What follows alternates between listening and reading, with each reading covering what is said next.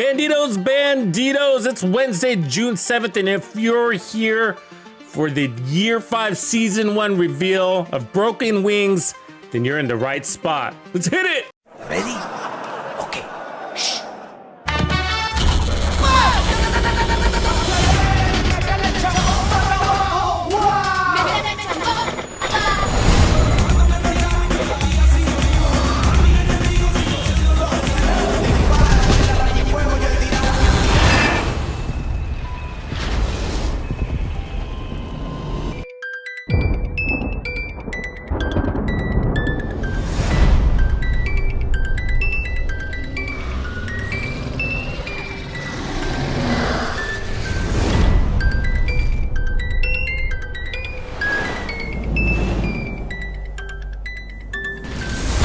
And we're live. What's going on, Bandidos? So as you can see, we got the timer in the top left corner. That's when this bad boy reveal is going to kick off for Season 5. I'm sorry, Year 5, Season 1. We got to get that programmed, right? Year 5, Season 1, Broken Wings. It's the reveal day. This usually runs about an hour. There will be patch notes that usually come up.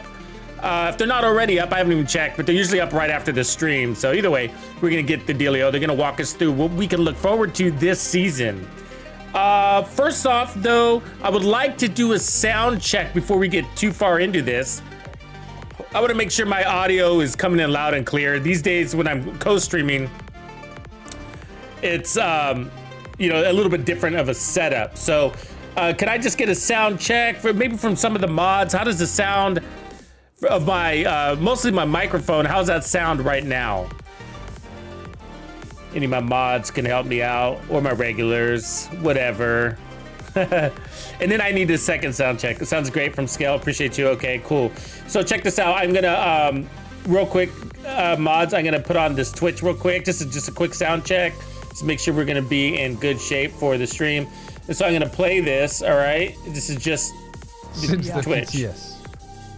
Where do you get this? And the second most asked question, what cores will it have? Yeah. Can you give me So a to answer those, it won't be locked. how does that sound? How does the devs sound? Are they loud?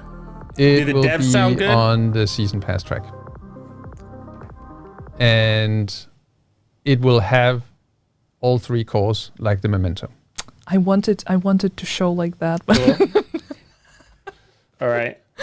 yeah, 3 cores. All right, let me pause this then. And obtainable. Yeah. Almost immediately. I mean, it depends on how fast you will. All right. Appreciate that, guys. You guys rock. Thank you for letting me do that sound check. Just want to make sure we are prudent. Let's get the music back on in here. Cool. So a couple of surprises if you logged in, just real quick, little housekeeping stuff. If you logged in today, you might have realized that the golden bullet is still active, and maybe I wasn't paying attention to the timer, or they extended it. I don't know, but we got 18 hours and 15 minutes left on golden bullet. So yeah, I'm playing one more day of golden bullet. How about you? So the vendor should be up here. Yep, vendor's still good. So yeah, everything seems to be working. I was playing it last night. So I'm just gonna do a little bit of casual gameplay. I'm kind of working on this hazardous protection sniper build. I've been remixing it from yesterday's live stream, so you know that's what I'm up to right now. But otherwise, you know, we're just gearing up, getting warmed up. Give you guys a little bit of news. For those of you that are in the Players Club, for those of you that aren't in the Players Club, you better join by hitting that join button down there below. But if you are in the Players Club, the new gamer music playlist volume 11 drops today. I'm gonna drop it right after the stream. It's already ready, it's already loaded up. I just didn't want to send you guys too many notifications and confuse you. But yeah, so that's what we were listening to right now. This is volume 11 of Tux's Gamer Music Playlist. If you guys didn't know, I provide gamer music playlists to the Players Club. You have to be a hardcore Bandido member level or higher to enjoy the playlists. And if you like the builds and all that other stuff, then true Bandido member level is where you want to be for that kind of stuff. So anyways, really, really exciting. Also, some other news dropping at 9 in the morning. So look forward to that. It's big news. Okay, and so I can't say what it is now because I'm under NDA, but at 9 a.m. you should follow make sure you're following my channel with notifications turned on because it'll be via a community post, and then it's gonna leak over to Twitter and other stuff. The Twitter sphere. But yeah, so big news dropping today, Division Universe related, and that's gonna happen at 9 a.m. And then we have, actually I think I have a link here. Let's see, is it this one? Yeah, so we got Ubisoft Forward dropping on the 12th. That's just a few days out. So, and yeah, we got a busy week ahead of us. So we got some news dropping today. That's sort of related, Division Universe stuff. And then we got Ubisoft Forward, and we got Season 5 going live tomorrow. Very excited about that. And yeah, and so that means we're gonna be grinding, because we all want that new exotic, I'm sure. Everybody's looking forward to that. I'm actually excited to get my hands on that, that Cavalier set too. I got a couple of good builds in mind.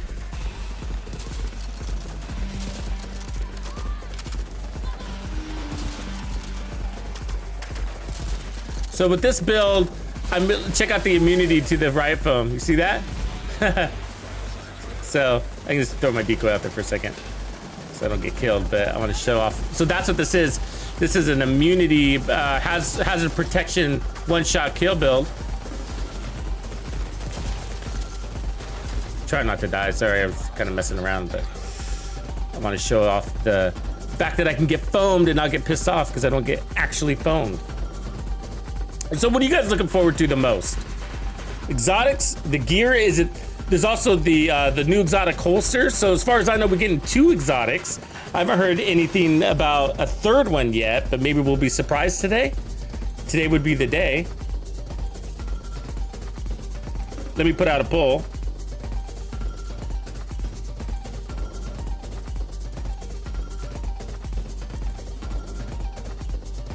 Give me a second, putting out a poll here.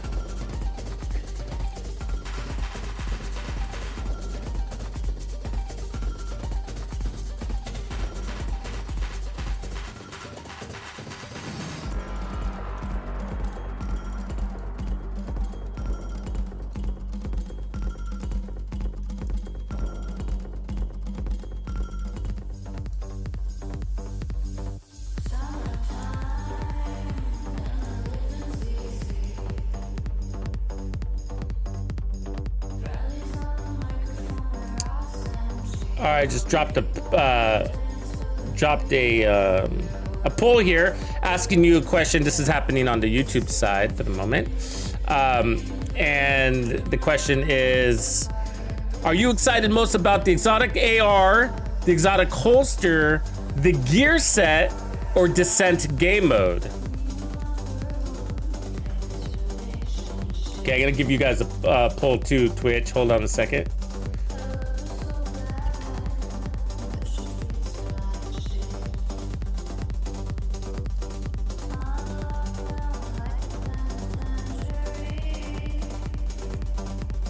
Competition between the platforms.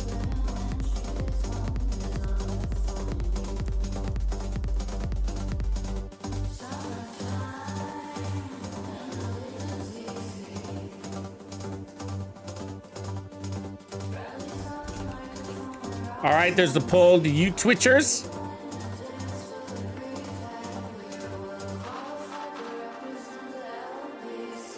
So the question is, what are you excited most about this season? This year? No, it's season 1. We're gonna call it season 1, all right? So we're gonna reprogram. We're eventually gonna stop saying year 5 after the next couple of days. And start saying season 1. It's a reset. Oh, hazardous, that sucks, bro. Don't worry, man, you can catch us on the replay. Sorry, I gotta get some ammunition.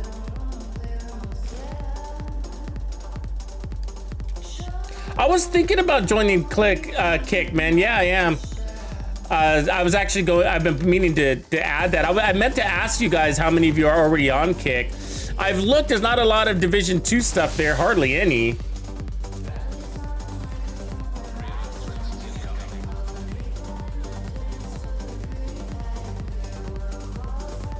it's kind of a survival mode. I wouldn't call it a survival mode. It's a roguelite mode is how it's described. And it's kind of survival. I mean, if you think about it, I mean, it's easy to call it a survival mode. But the idea in the roguelite is to kind of get to this godly state, you know, to get to this kind of work your way up to being like Superman, basically. I hate the getting ammo part, you know what I mean? It's like the worst part of directives. That first few minutes when you don't have any ammo and you're not running a pistol build, you know? Sucks. Yeah, but it's kind of a survival mode.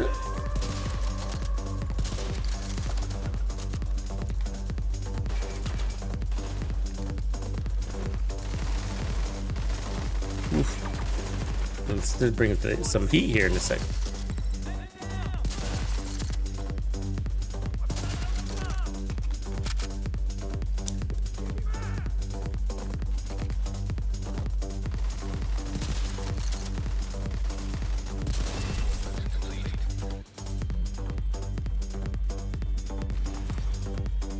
For me, I think it's probably mostly the AR, and then the Cavalier gear set, and then Descent game mode, probably in that order.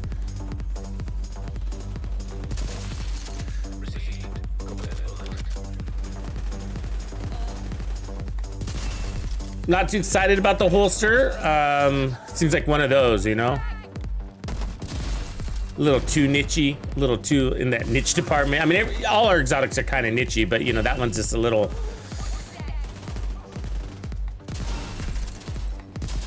Reminds me of the Bloody Knuckles a little bit, you know.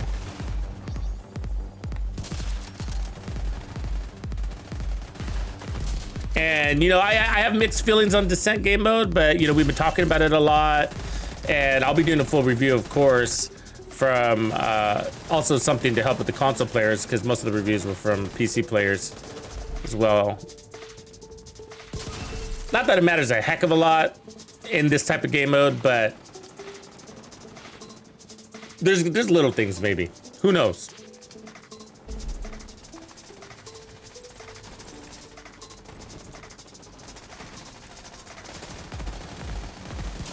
We want to get that constructive feedback so we can get some results. But I think what we're really looking forward to is what kind of rewards, right? Dankbar, you're back. Oh, it's raining. You can't be any geek off the street. Gotta be handy with the steel. Let me if you mute know what I mean. the alerts for a sec. Because Dankbar's making it rain on the club. Appreciate you, Dank. Say thank you to Dankbar if you got yourself a membership.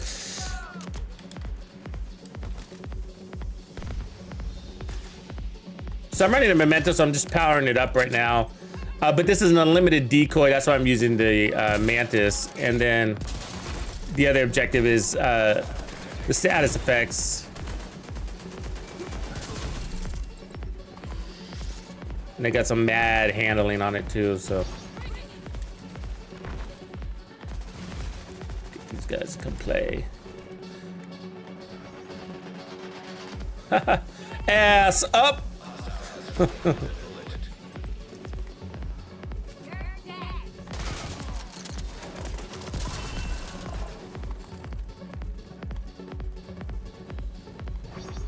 Don't be that guy, right?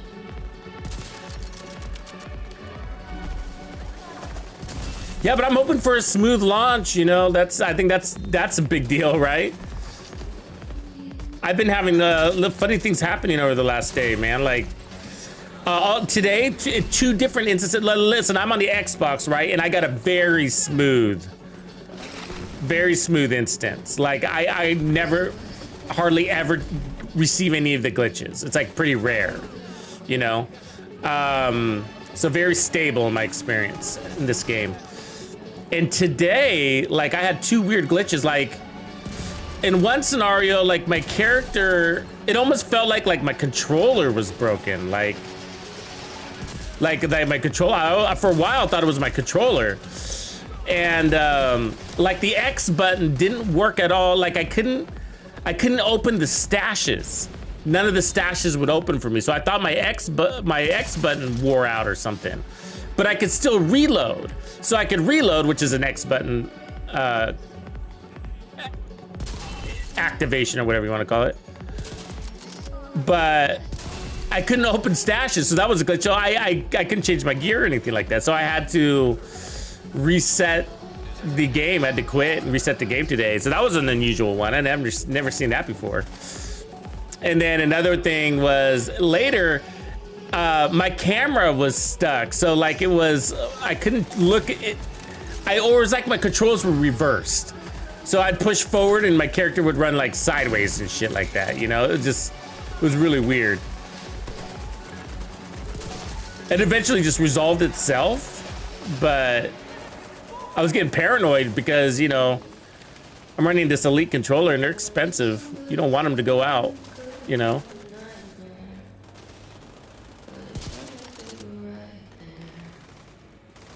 But had me wondering, but sometimes the servers can be weird when they're working on things, when they're loading up, you know, for the launch. I've noticed that like the day before any major release, the servers kind of get kind of wonky. I don't know, you guys have that. What up, Parabellum? Negative Flux in the house. We got Dank Bar. Johnny T's back. My gamer tag is Death Cab. Hold on, I'll show you in a second. Let me kill some fools.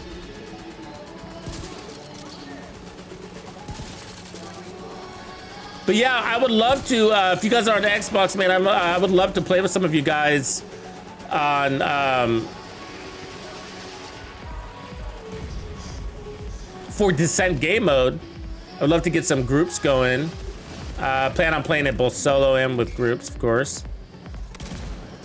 I feel like it's gonna be one of those experiences that could be more fun in a group, but how do you get people to align with your schedule? You know what I mean? Like, it's a lot of elites in here, isn't there? You guys noticing that? It's like almost pure, it is pure elites. It's insane. I'm out of ammo, so, you know, I wasn't paying attention. Look at this guy. No. Oh, my controller won't turn. Yeah, my guy's dead too. My backup is dead. That sucks. That's where I was going to save him. Oh, nobody's gonna get me. That's sad. So it looks like 63% on YouTube are excited for the new AR. Yeah, I'll show my gamer tag here, one sec.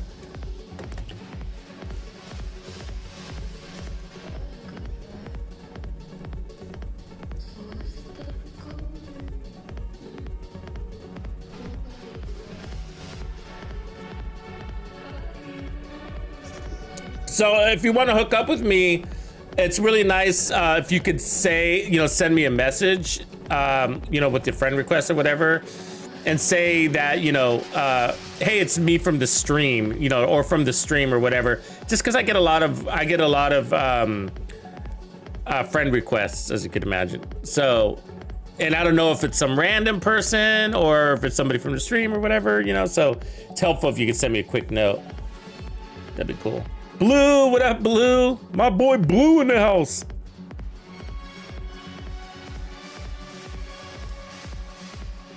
Ah, that's why I have the timer. Hold on, let me move that timer. So the timer, if you're wondering what that is, that timer is telling us when the stream is gonna start, so I don't lose track of time there. That's when the live reveal kicks off. 49 minutes.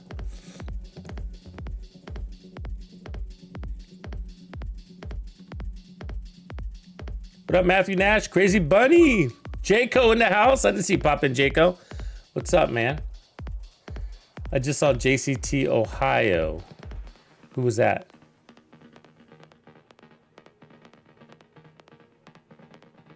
Is that you, Johnny T?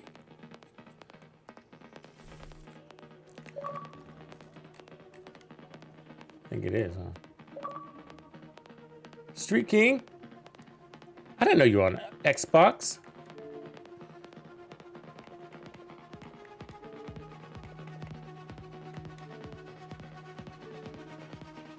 Anyways, I'm not gonna go through that all you guys right now. So as long as you send me a message, I'll be sure to do it after the stream. Definitely tonight sometime so that we can hook up. So I'm gonna be streaming like first thing as soon as this thing goes live. So I'll probably schedule it for like 4 in the morning West Coast time. So that'd be 7 in the morning East Coast time. The servers are usually ready about then. It's gonna be a big update, so sometimes it takes longer than the 3 hours. So that's a bummer, right?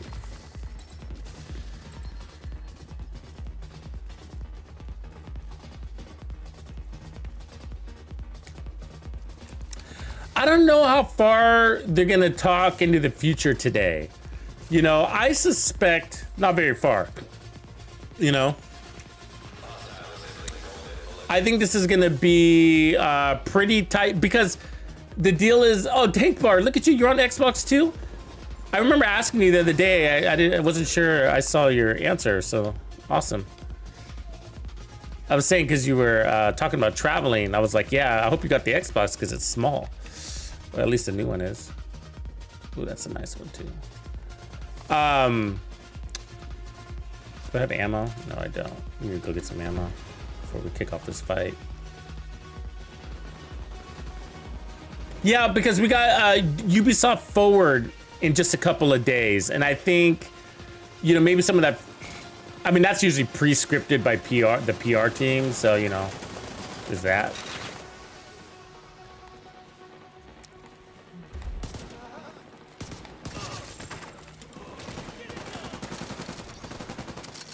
But I mean, I hope so. I hope so. But my bet is that they're gonna keep it pretty tight on this season, because there's a lot to talk about if you think about it. You got the XP balances. We have the Descent game mode, which I think will be a heavy topic. I'm curious to see if we're gonna get anything new on the manhunt side of things. You know. They're supposed to be changing the manhunts. They mentioned that in previous streams, talking about year 5, but whatever.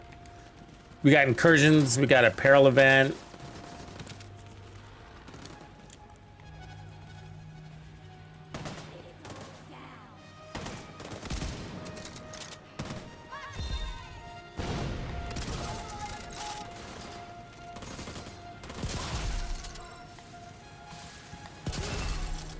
Gonna get some, just try not to run out of ammo again.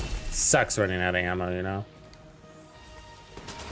So I run out of ammo because I spend all that time out of cover. If you stay in cover, then you don't got that problem.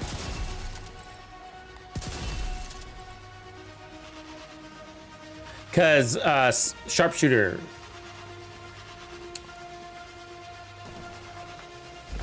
Okay, let's see what sharpshooter generates that. So, wow, quite different, quite different. So Twitch is voting Descent game mode, quite different. Where YouTube is voted heavy on the assault rifle. About the same. So Descent game mode about 56-60% on Twitch. And then 64% for the exotic AR.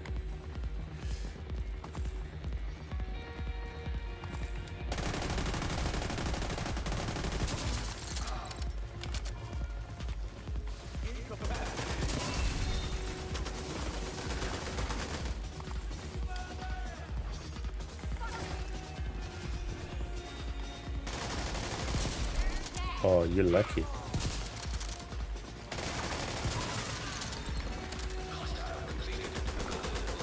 Oh, I hate these big guys.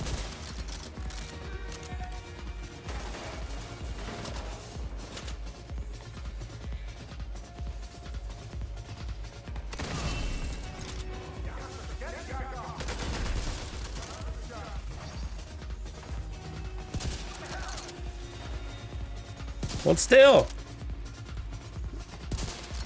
Only got 44 minutes. Good time to be messing around with this guy.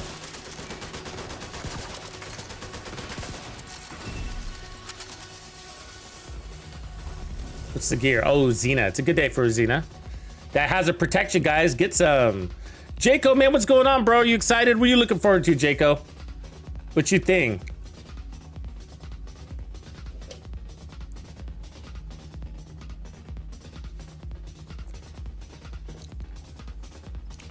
Appreciate you, Jaco. All the hard work you guys do, all you mods, rock stars. Is Grumpy with us yet? He's a West Coast guy, so I think we're a little bit early. Oh, I think he said we wouldn't see him till tomorrow. Okay, let's see if we got anything good. Status effects, headshot damage, maybe. My backpack is extremely full, as you can see. Like tonight, like when I'm done doing all of the YouTube stuff, I am going to spend hours deleting things because I don't have a choice. This is my life. If you haven't joined us on Discord yet, make sure you do. We got really cool channels over there, especially that Build Talks if you're into that. And it's also a good place to hook up with the clans or to team up with folks for the raids if you haven't done those yet, or you still need your exotics out of them. It's a good spot. Good spot. Good people. Lots of people there to help. But the build channels are fun. It's a good place to like share your ideas, or if you're new to the game, to ask the questions that you need to ask. It's really probably the best place to get your answers on demand.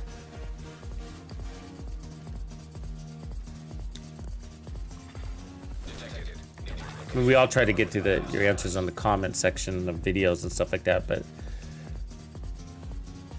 those two-way discussions are way better there in Discord. Plus, everybody can learn from your question. Q Mosley, what up, man?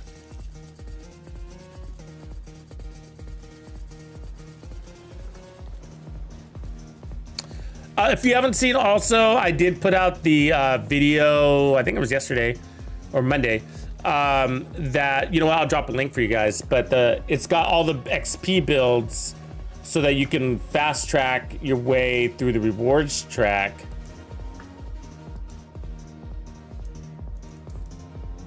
And get that St. Elmo as fast as possible. So I'm dropping a link here in the chat.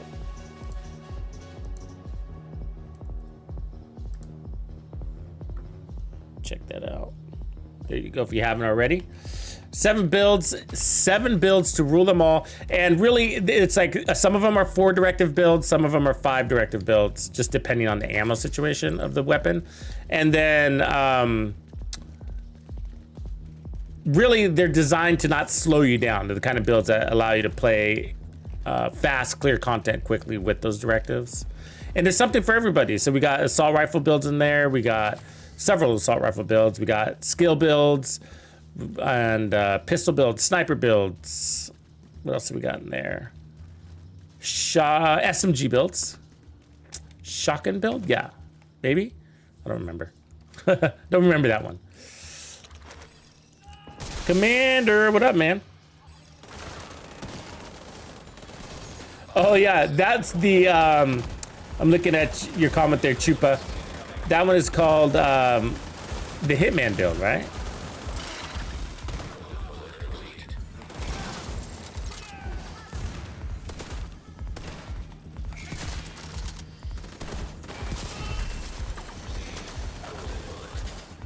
Oof, there's a fucking lot of them, man. Let me heal up.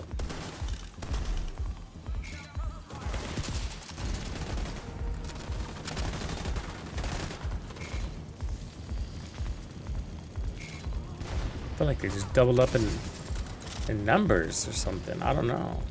Doesn't there look like a lot of them? Or I don't know, or just bad luck? They all there? The last control point was like that too. It looked like there was just like a lot of them.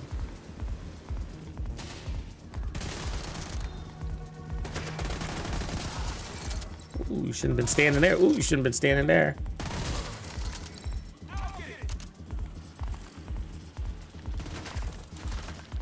I don't know if I have head on turn.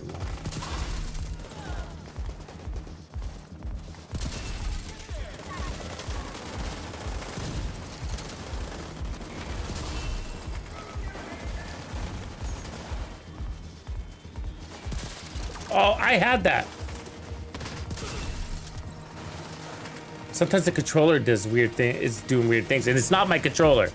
I'm telling you, it's the game.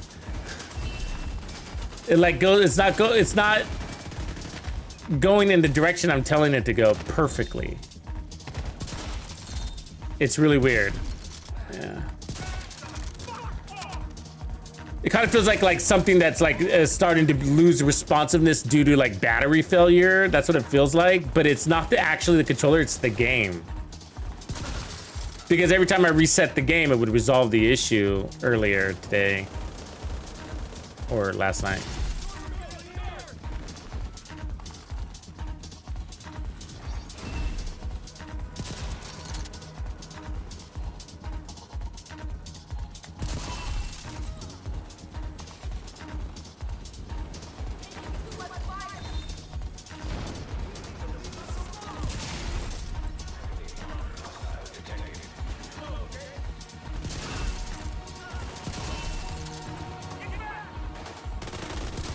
There's a boss. Oh, shotgun back.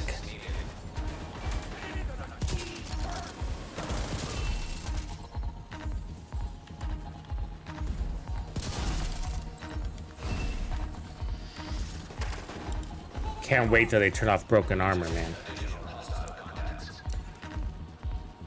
Yeah, the timer is for the game for the live stream. The developers will go live at 7:15 West Coast time, which is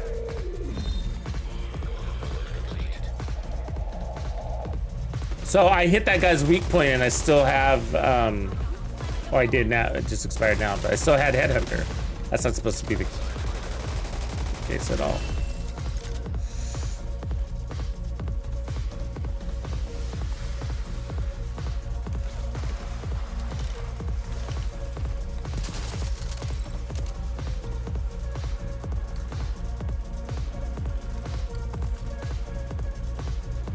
Damo, what up, bro?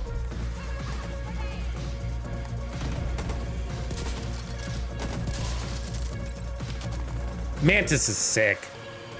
It's a good weapon. That decoy, unlimited decoy thing is nuts.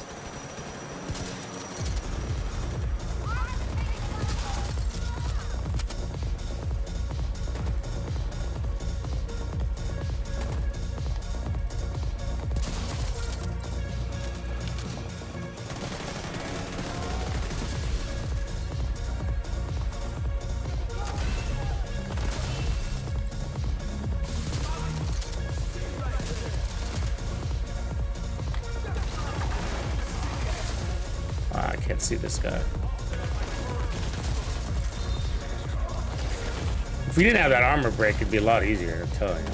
That's what pushes me back to cover. And it's not so much that armor breaks, it's that we just don't have enough armor kits to support it.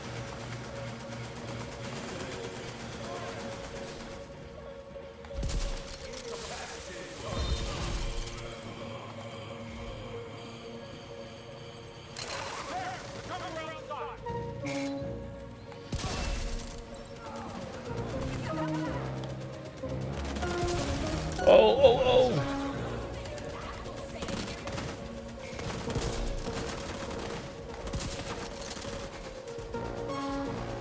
Come on.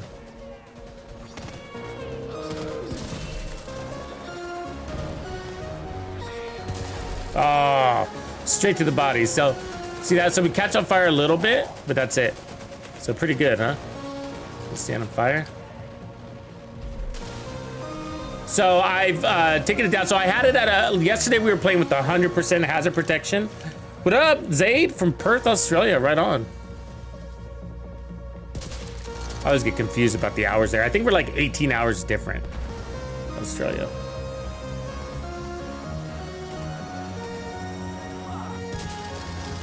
So yeah, yesterday we were at 100% hazard protection and I changed it to 80 and I need to get a better holster, but once I do, what I realize is smarter is to just actually move some of it, your hazard protection, instead of being 100% hazard protection, I'm thinking of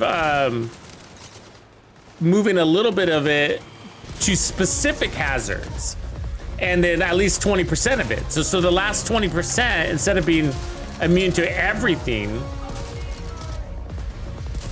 we're gonna be immune to specific things. So right now, I'm 80% immune to everything, 90% immune to ensnare riot foam. And so what I'm gonna do is, as soon as I get a better holster, I need to craft one, a y'all one, put headshot damage there. When I do, I'll put another ensnare or fire resistance mod, and then so you can just change your mod depending on which faction you're fighting. So if you're fighting the hyenas, then you'll switch it out to like disorient resistant. If you're fighting the tusk, then you'll put it to disrupt resistance, the mods.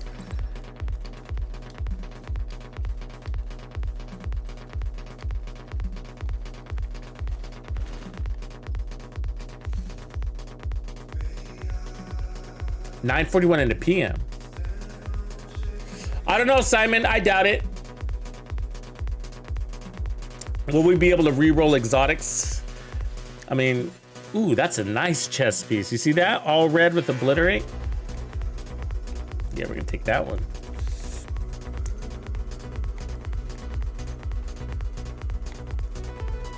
So we're talking about like re-rolling that secondary attribute on exotics, a minor attribute, and it's something they've been talking about doing. I'm not sure if they, you know, I don't know, you know, dev capabilities, right? I mean, that's what we're talking about. And for me, it's try to keep things into perspective a little bit. You know, we got a big release happening here. And I know they've been working on growing their team, but we don't get any news on exactly how that's going. Well, we do a little bit. We do a little bit. They did tell us in the last, what was it, Division Day, that they were adding teams to work specifically on bugs and stuff like that. So we get a little bit on that.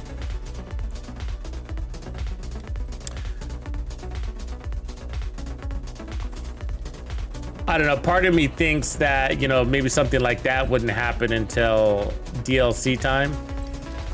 You know, so maybe 3 more seasons. Sounds like it's a big rework, you know? 30 minutes. Main effort, what up, man?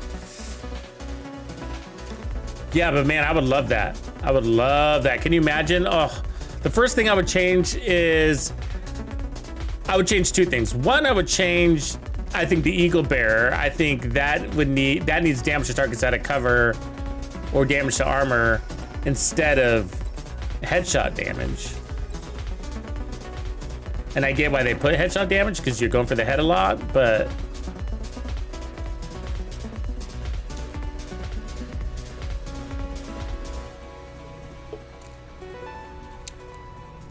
I think that the other one I would go for is the backfire. The backfire's biggest problems are its mods. You know, it's got 5% crit damage mod on there. It's like, what? We don't need that.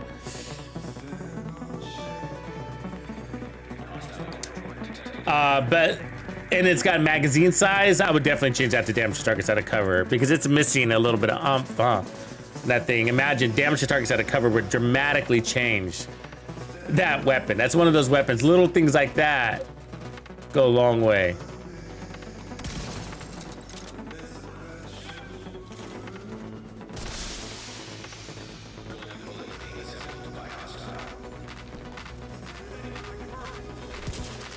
Oh.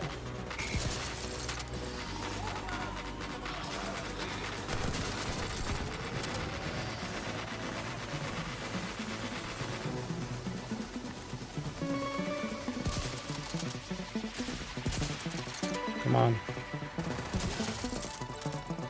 I like to put my decoy right in front of this door. Oh, wait, it's still live. My bad. Run. I was thinking my decoy was ready for me. Oops.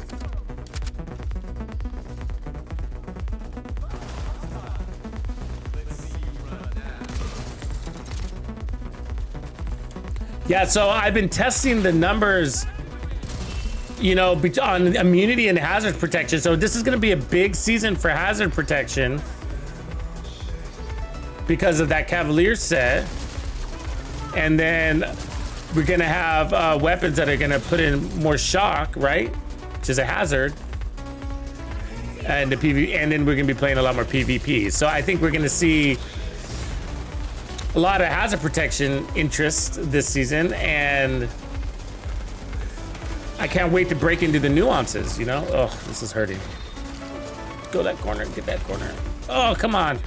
And so, so what I'm toying with right now is like those breaking points where it matters, right? So you're either immune or you're not, and then there's every, and there's a percentage to that, but I try not to memorize those percentages. They're like 95% this, 97% that, 100% this, basically, you know, depending on the status effect is what I'm talking about. And so, but there's a chart you can refer to if you want to. But basically, they're all close to 100%, right? So, hazard protection.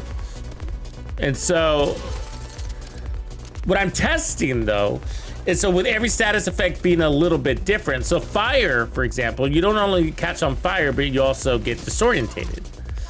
And so what I'm working with is like, without being 100% immune, what percentage hazard protection do I need to be an effective fighter or not be put into a position that's gonna get me killed, even if I take some of that fire or disorient, you know?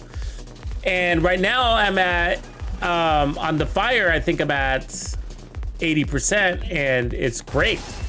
And blind is that way too. Blind is like, it's instant, you know, you go blind for like an instant and then it goes away. And so it's just like, yeah, so some of these you don't need to go 100% on. And then riot foam, I found that you need to be about 90% to not be put into a dangerous situation, basically. Where you have to break it. That's the dangerous situation, where you have to hit your button to break it. You have to actively break it, right? Because if you have to actively break it, then, you know, it takes time to just do that mechanic. And so if your hazard protection is strong enough to automatically break it, then you're gonna be in a better position. And that's, for me, seems to be at about 90% on the riot foam. So everything's a little bit unique. And that's why I'm kind of like, oh, well, you know, I guess we don't have to be 100%, depends, you know? And then the other thing is, how often are you under status effects? And then that's the other thing, right? You're not under status effects the entire time. So playing into some of those lower, or pulling back on that, I should say, allows me to do other fantastic things to the build while still basically being immune. Not truly immune, but basically immune. Oh. Can't explain it any better than that. Sorry, basically immune. Not truly immune, but basically immune. That's the only way I can describe it.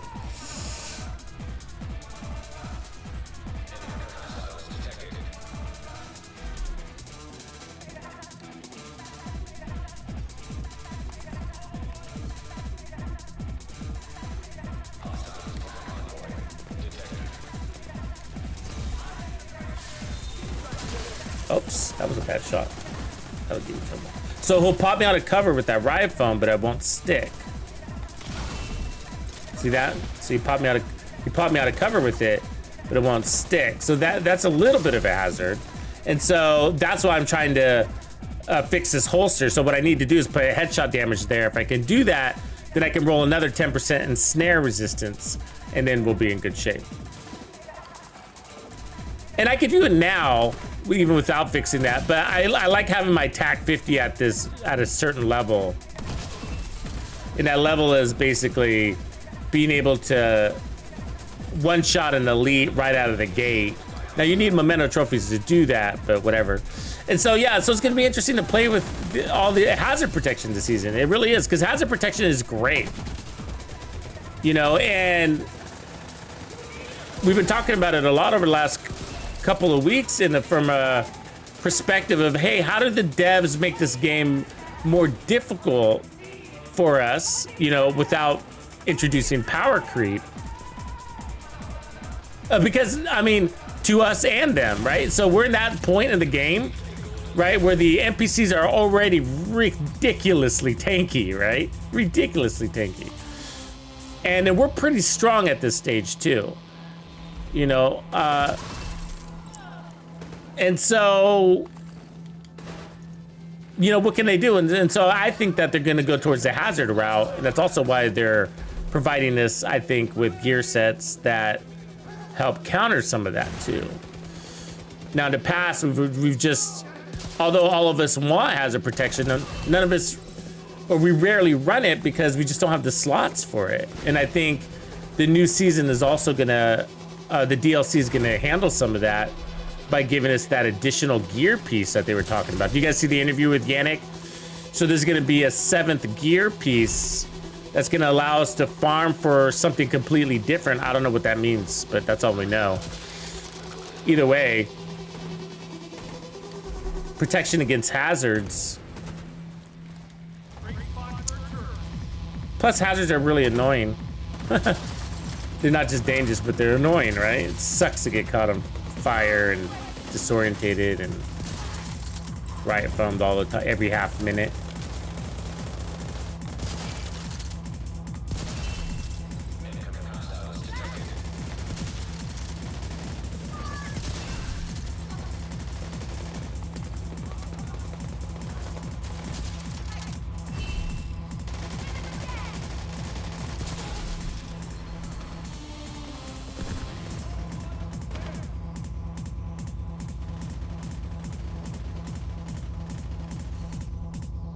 Oh, look at that AK. Ooh, ain't she a beaut? It's a good looking, we're getting good drops today. Oh, there's still somebody.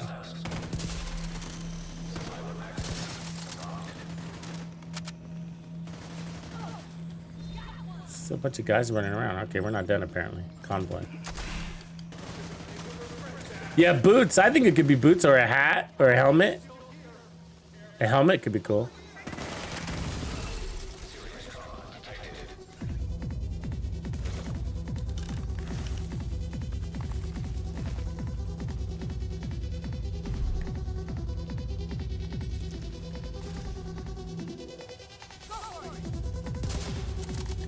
Come on, man.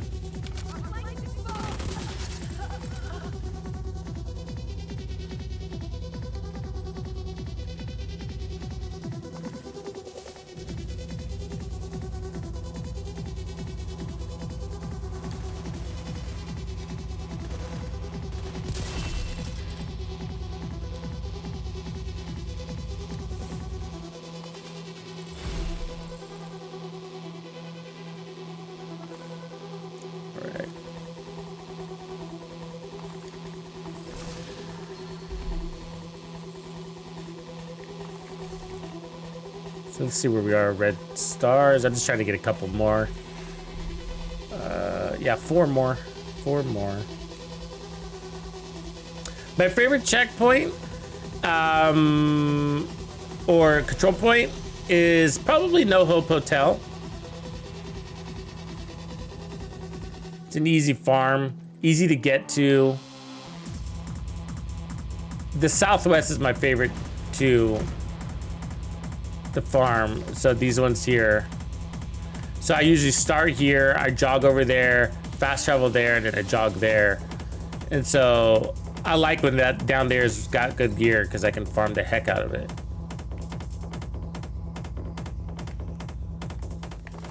Other than that, I like Overwatch. That one's fun if you're looking for a good fight. You see me doing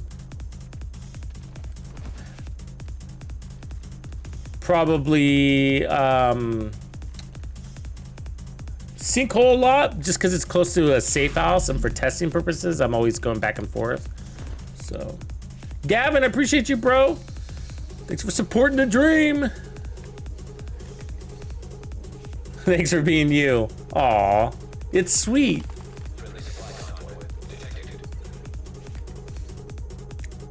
I want that AK, but you know, I shouldn't.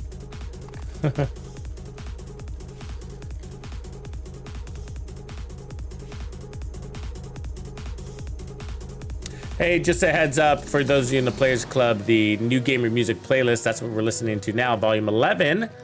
Got 11 volumes now, can you believe it? Yeah, so that's gonna go live. It's already uploaded, ready to go. It's in YouTube, so it'll go live after the live stream. So I just wanted to not inundate you guys with a bunch of notifications, so. 18 minutes. Yeah, I'm excited about those incursions. The Division is an addiction, Jaffo. This isn't a game, this is an addiction. It really is. I curate the music, Chupa. Sometimes I make it, depends.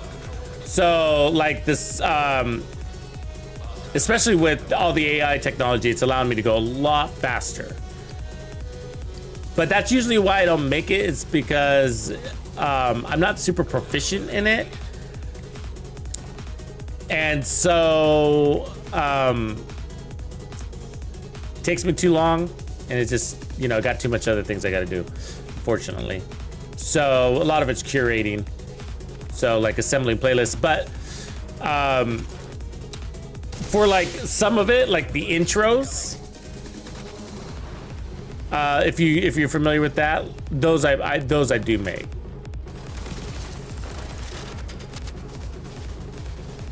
But they're not very long, so it's a lot easier on me. You know, you know what I'm talking about, like my intros, the cinematic intros.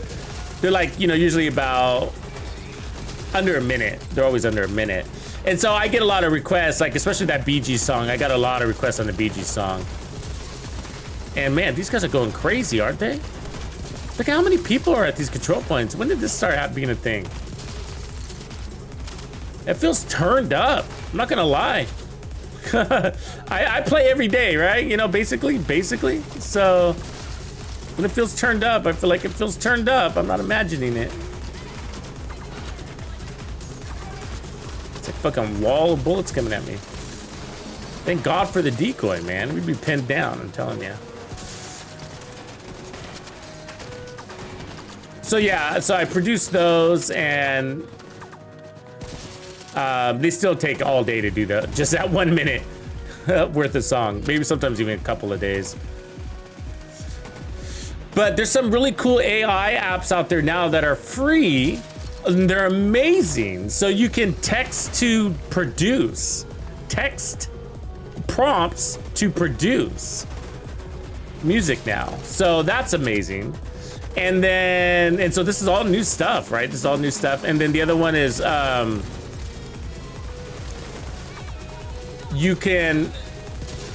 there's another one that does a really good job of creating stems. So you can upload the song and it'll strip it down into, you know, if you don't know what stems are, they're basically, it separates the track. So it'll separate the audio from the drums, from the bass, from the other elements, because there's always other elements nowadays, and from the vocals. And so you could take elements then and then like remix it, right? That's how you can create some pretty cool mashups. So yeah, really cool resources out there nowadays, man. I feel like the Internet of Things is coming to live. AI of Things, I should say. Coming alive, and it's coming fast. One of the I think industries that's really going to be impacted, god damn it, come on man, how hard are you to kill, is like voiceover talent. I think they're gonna have a hard time. You know, and you know what else is gonna get hit really hard? Stock images. Stock images are just like,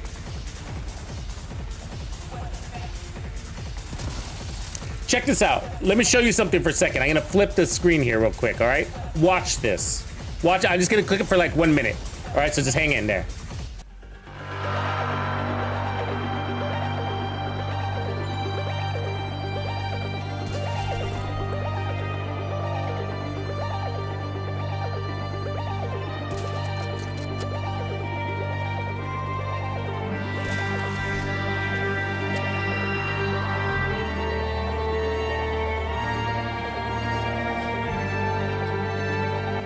Okay, so what I'm showing you there is that's not a real Division 2 image.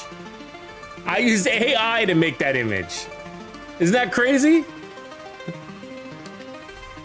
It's artificial intelligence right there in the Division world.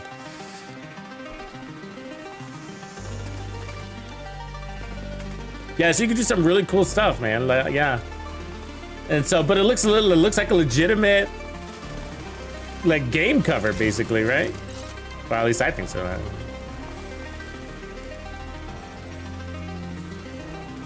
Not all of them, but lately, the live stream ones, mostly. Yeah.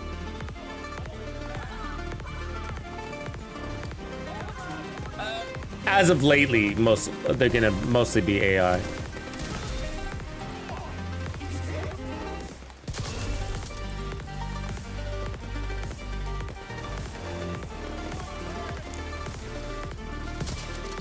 What AI can do is like really specific things, like if you wanted to do an image of like a soldier holding the Nemesis sniper, it won't do that. It's too specific, way too specific. It'll morph the Nemesis into something else, you know. So that's why it's not a perfect system, but with the good Photoshop skills, you can handle the rest. And then Photoshop introduced AI inside Photoshop now too. I don't know if you guys knew that. It's in beta, but you can use it. And so yeah, Photoshop now has AI. You can basically select an area of an image and then put in text prompts and it'll engineer it with AI. So if you select like a target's hand and say, like a photo of a character, and you can see his arm, and you can select the hand with the marquee, and then you can tell it to make a fist, right? You can tell it to make a fist, and then you can take the Nemesis and put it inside that fist, and that's how you work around it. So you use AI to create the image of the guy with a fist, a soldier holding a fist, and then you Photoshop in your Nemesis. So that's why it's like, it's not going to completely take over graphic design industry, but it's going to assist in amazing ways, you know? And so,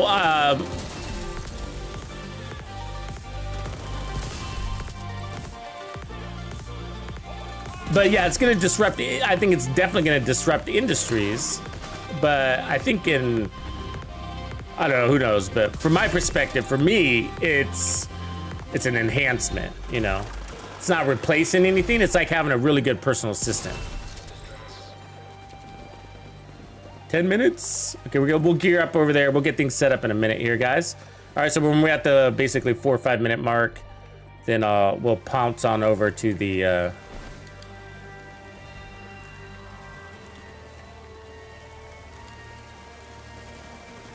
to the devs. To the devs! So remember to stay tuned. It's going to be a big week. So if you didn't catch the beginning of the stream, let me tell you what's happening. Let me give you guys the rundown. So we got today's the reveal. Yes, reveal. And then tomorrow, season 1 of year 5 goes live, and that's going to include the new game mode. We're going to hear about that in today's reveal. We can hopefully final details. We'll have patch notes. We'll post those. We'll go through them in the morning as well. So when we go live tomorrow, I will be streaming first thing when we go live. So hopefully around 4 in the morning. Just depends on when the servers come back on.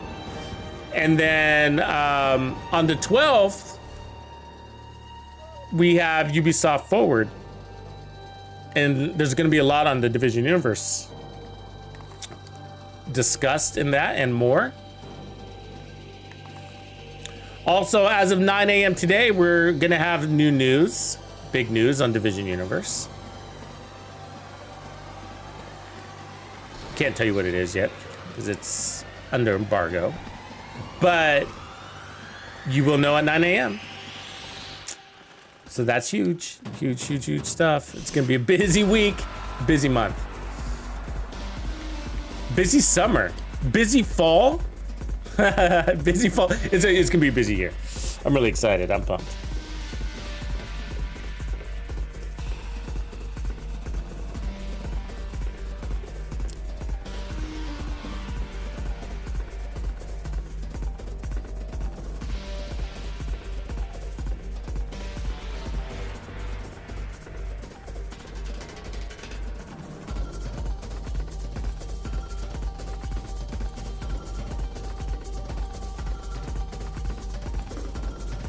Oh, yeah, I like that new tech, Rich. I like the goggles, the Apple Vision things. I mean, I'm into that kind of stuff. I still, from the stuff that's been released in the past, like the glasses, augmented reality glasses and stuff like that. I don't know. They just haven't gotten there for me. And this one definitely looks like Ready Player One. You know that picture of Ready Player One where it's like his face and it says Ready Player One of the movie image? They look like that. I feel like they straight, hijacked that from Ready Player One. Anyways, I mean, I'm not super excited about Gen 1, so I don't know if I'm gonna be an early adopter, but oh man, I like it. I like the idea of it.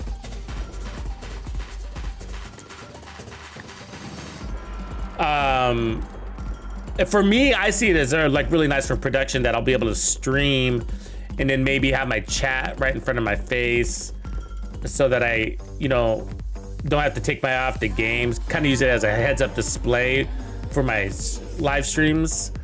That'd be really cool. Spokes Hub, what up? All right, so my character's clean. I'm gonna mute the game. Gonna mute the music.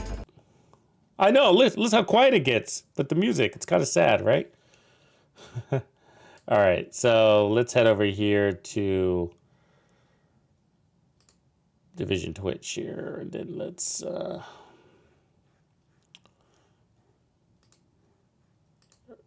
interact with this thing. What do we got going on here?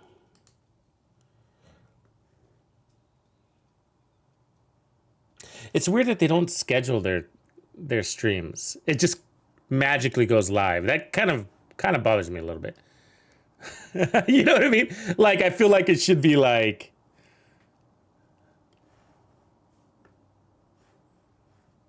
I don't know. Heads up, we're gonna be, streaming today or tomorrow, but whatever. Get Self-Made, what up? Okay, I'm gonna turn the music on for a minute because that's driving me crazy.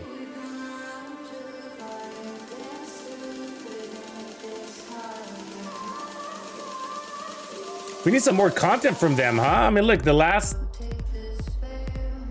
thing was the last special report. I think they can do a little more content than that, right?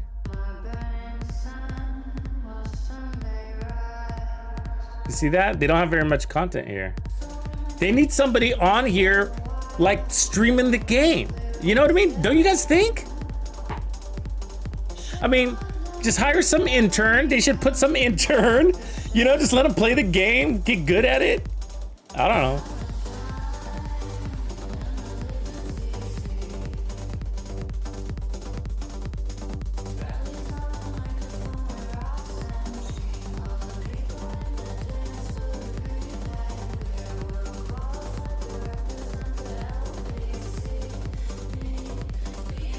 And Graham, what up, man? Welcome in.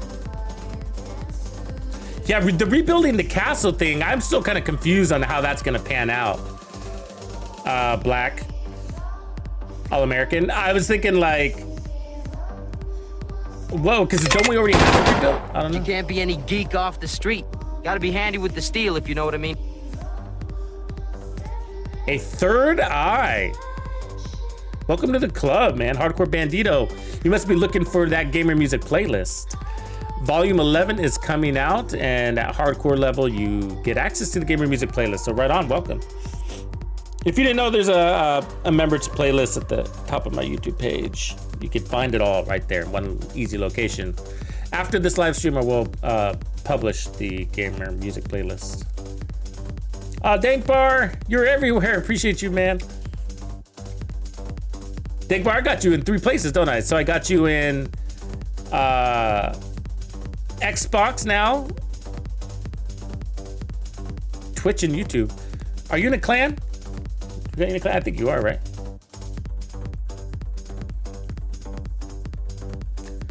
Yeah, I did go to get the crap and went to crap and Hamish left. Yeah. Yeah. I wonder which game he's working on. I'm sure it's one of those Disney games, huh? Captain Spaulding, what's going on, man?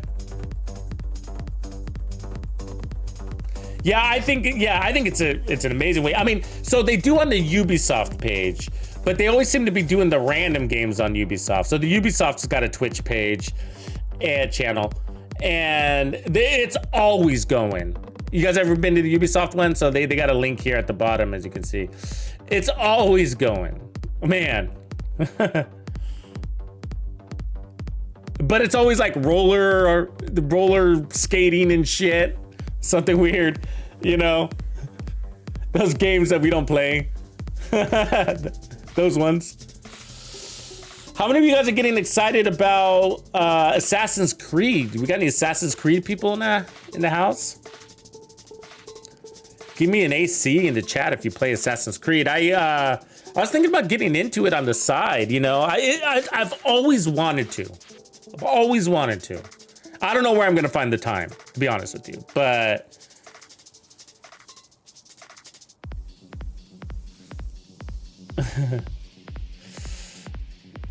we'll see.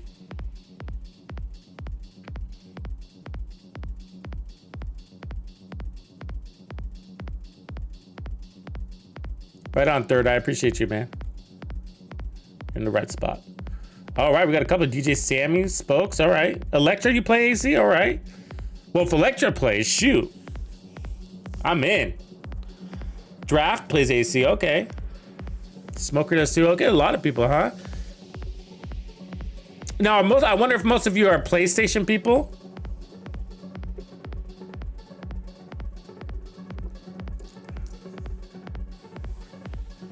Jaw Jr. Yeah, exactly, Black All American. Like, there's all these games I want to play, but then The Division. That's exactly right. It's just like, this isn't a game, this is an addiction. Okay, so we're going live, so let me turn off this timer here. I'm gonna go ahead and turn off the alerts, all right, guys, so that they don't interrupt the commentating. So the alerts will maintain in the chat feed, but not on screen.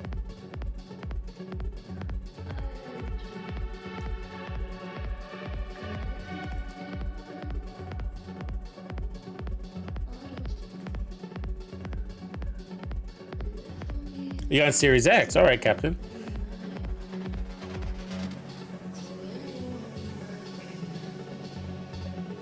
Yeah, I mean, I like that they're taking it to Baghdad. That seems cool. I mean, you know, I thought Valhalla looked pretty cool too. That one is what really caught me. That one is the one that caught my eye. I was like, ooh, man, I need to be playing this game.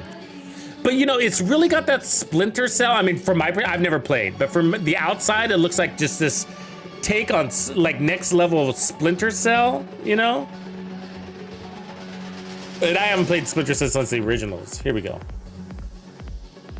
Let me turn off the music. Okay, what do we got going on? Are you doing something?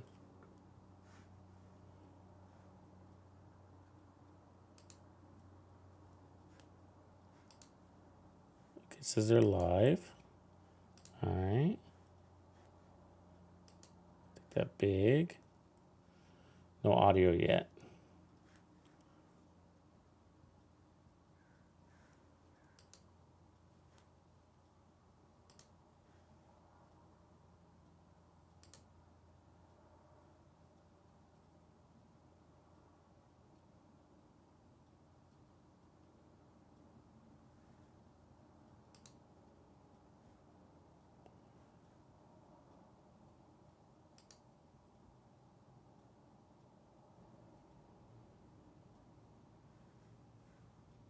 Oh, that's weird.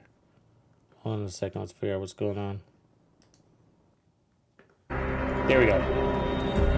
Sound check, Skeletor. Thank you. Can I get a sound check, please?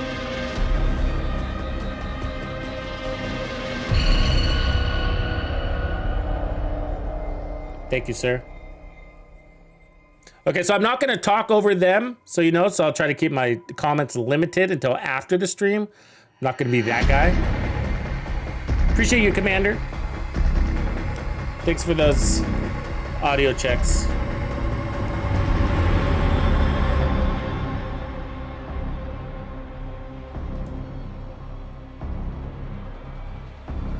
All will be revealed. Come on. Fingers crossed. It's gonna be a good reveal. I'm liking this graphic though.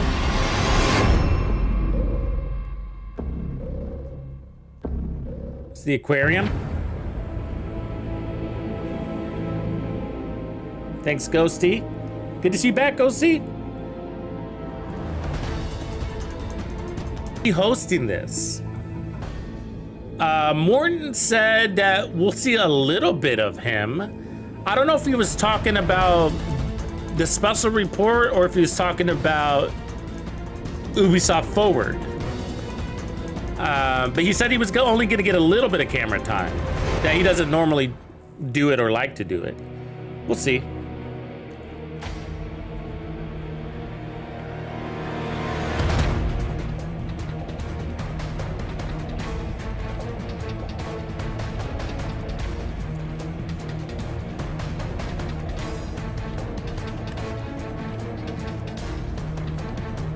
Who should be leading this?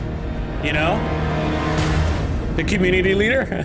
Don't say that. Don't say community leader.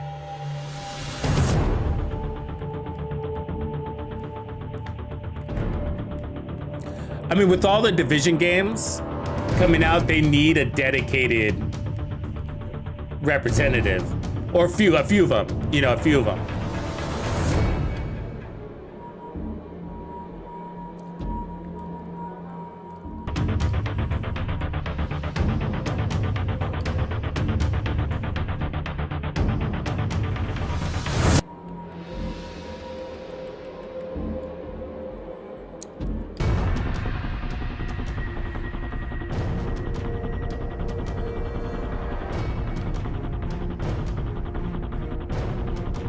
Right on, Reaper. Do you like that extended golden bullet day for you? Got all day. You're still. I'm imagining you're still climbing.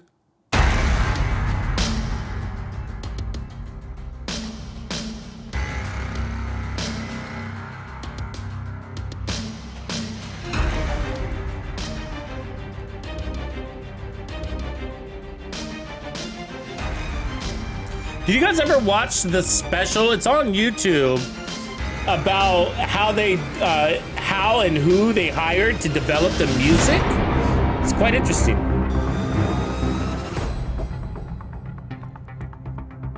Yeah, the music that they, the band that they hired, I think they're from the Netherlands, if I remember right.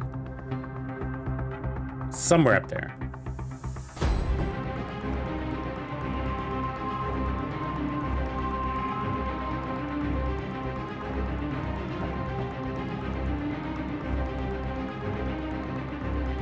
You plan on getting 4 St. Elmo's?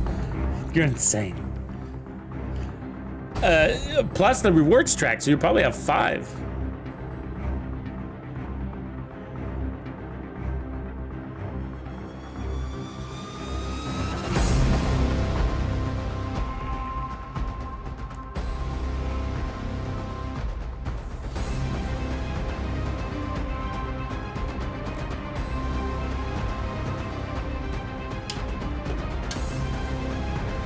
You know what I could use right now? An egg burrito with chorizo. He's got my back. Egg burrito!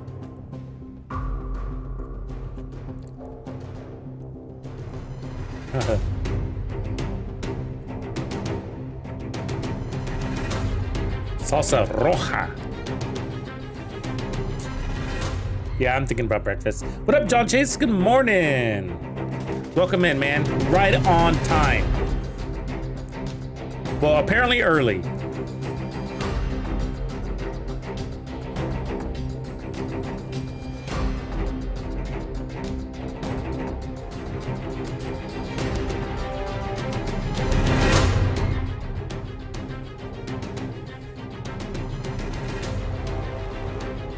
Yeah, that sounds fun, Reaper. Give it some speed. Or 3 True Patriot, 2 Striker. More ammo, amplified damage.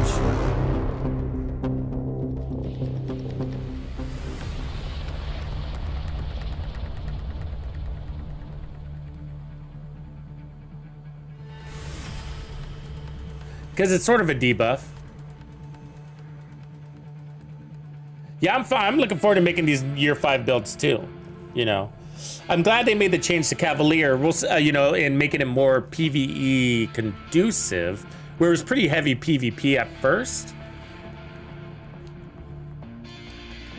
And it's still, of course, PvP applicable, but they made a couple of minor tweaks that opened it up for the rest of those that don't go into conflict.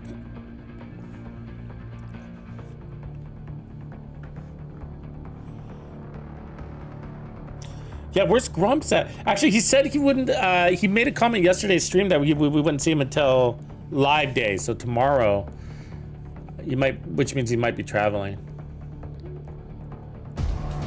But it's just maybe too early for him too, because I think he's a West Coast guy too. I think Grumps is out of California, isn't he?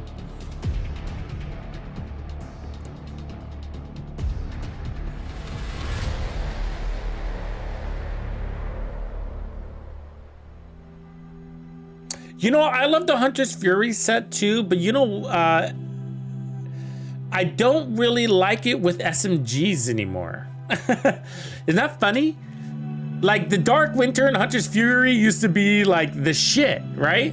Now I ran it the other day, just meta version, you know, nothing crazy, just meta, critted it out. Didn't even run the Memento. I ran like a Cheska Grupo combo, just critted the hell out of it. Only 1.1 million armor, so it didn't go heavy on armor. And it just felt so flat. And lately I've been running my SMGs with Striker. And the lift in RPMs is a big deal. You know what I mean? It's a big deal. And you don't need armor on kill. I've just decided, I've just gone down that road. I'm just like, you don't even need the armor on kill anymore. With the Memento, add a little bit of armor or a lot of armor. I think, you know, you guys all saw that build, like kill them so fast they poop their pants. You know that build?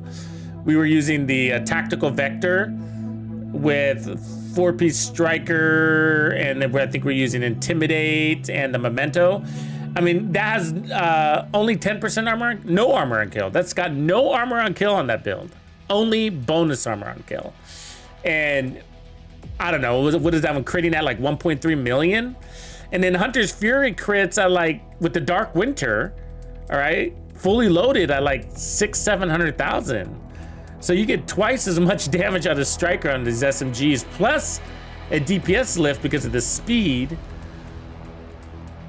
And then, yeah, you don't have the armor on kill and you don't have the disorient, but really if you're running the Memento, you kind of don't need those things too much. But I love Hunter's Fury. It's not that I don't love Hunter's Fury, I just don't like it with SMGs anymore. So shotguns, I love running it with like the M870, pistols, 1886, rifles.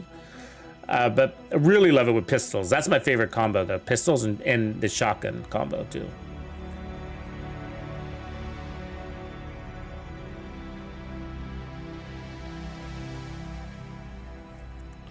Three minutes. Where's this aquarium supposed to be? What? This isn't the zoo, is it? It doesn't look anything like the zoo. Oh, I guess it does. It does, that is the zoo.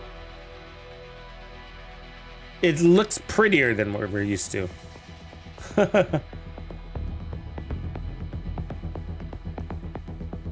Wellington.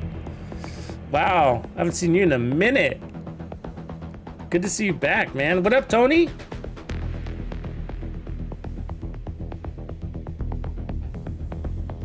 You know, Eclipse protocol is like mandatory, Edgar. It's a good one to fall in love with.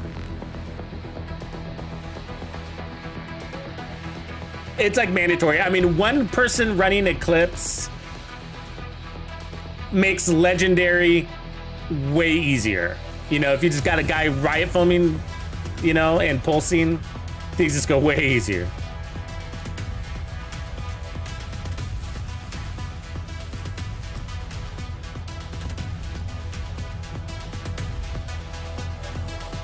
Yeah, the Lady Death and Hunter's Fury is pretty fun. I agree with that. I had a good time with that one. Especially if you're in the small rooms, like if you're like the summit.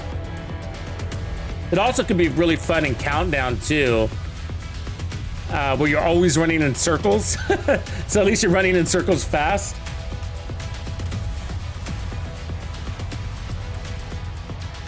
Yeah, I hear that, Dastra. It'll be interesting to see, you know, with the XP rebalancing, how long it's gonna really take us to farm the rewards track, you know?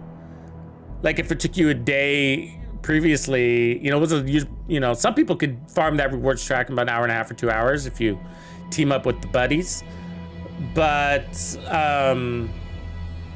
you know, most people grind, the grinders usually take a day, the solo grinders, and then people that are a little more restricted on time but still grind do it in usually 2 or 3 days, and then the majority of the player base takes a couple of weeks, really, you know. Souls, what up, man? Appreciate you. Thanks for that Prime sub.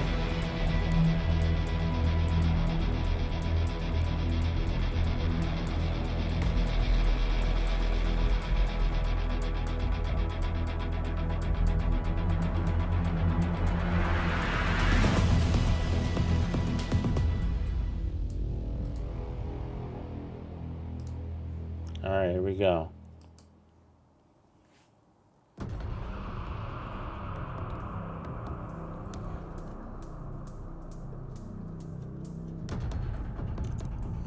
Yeah, I'm on an Xbox.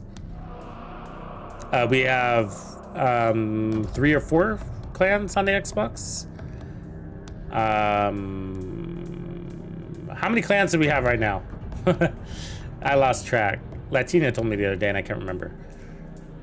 We got quite a few. Over.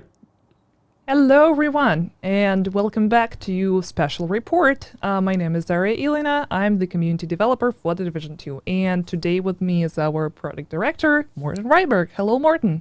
Hello, Daria. Hello, everybody. Hello. So, first season of Year 5. Yep. But before we get into all the things Year 5, let's talk about what we're planning to discuss today to give you all an overview. So, of course, we'll talk about the new season, the Manhunt, the April event that is part of the new season Broken Wings. We'll show you the new trailer, of course, new targets. There is going to be one interesting development about new targets. You're going to see it very soon. And, of course, we're going to talk about the changes we made following the PTS, Phase 1 and 2, especially Descent, talk about some quality of life updates, not all of them. You will be able to see the full list after the live stream because we're planning to release the patch notes almost right away. So stay tuned for that. And then there are also a few surprises that we prepare for you. Yes, there's a lot of things to go over.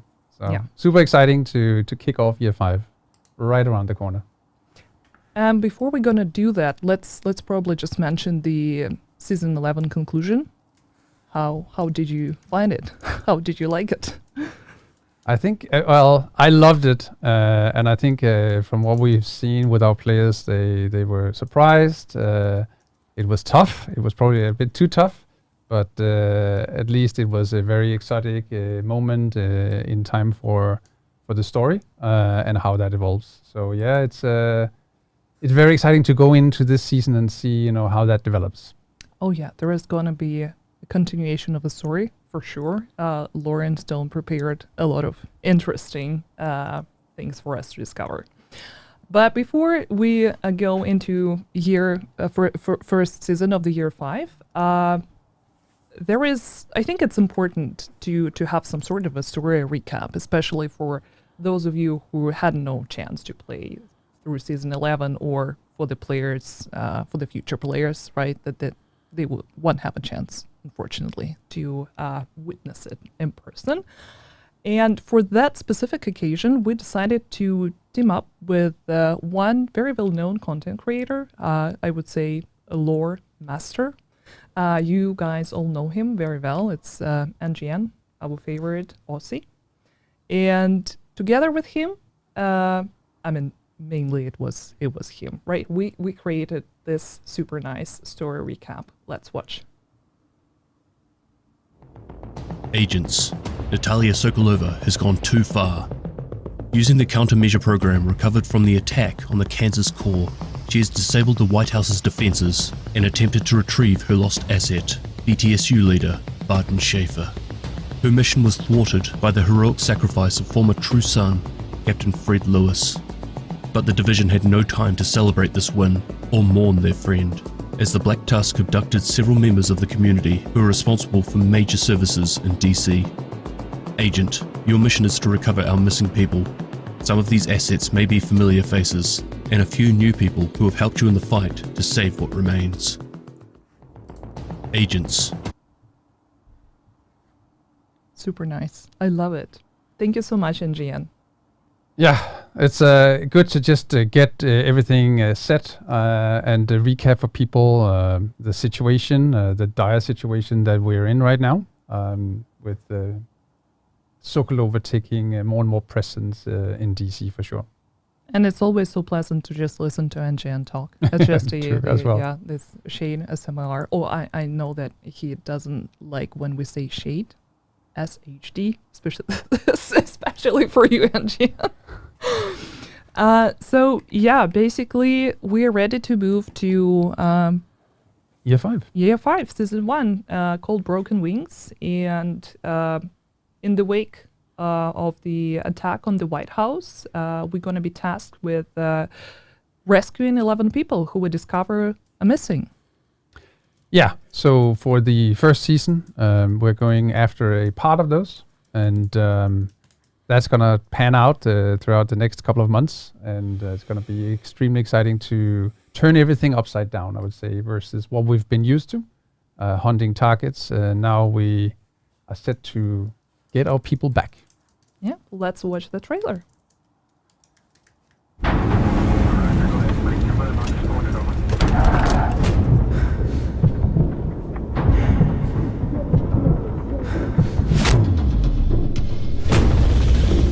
Agents have one mission.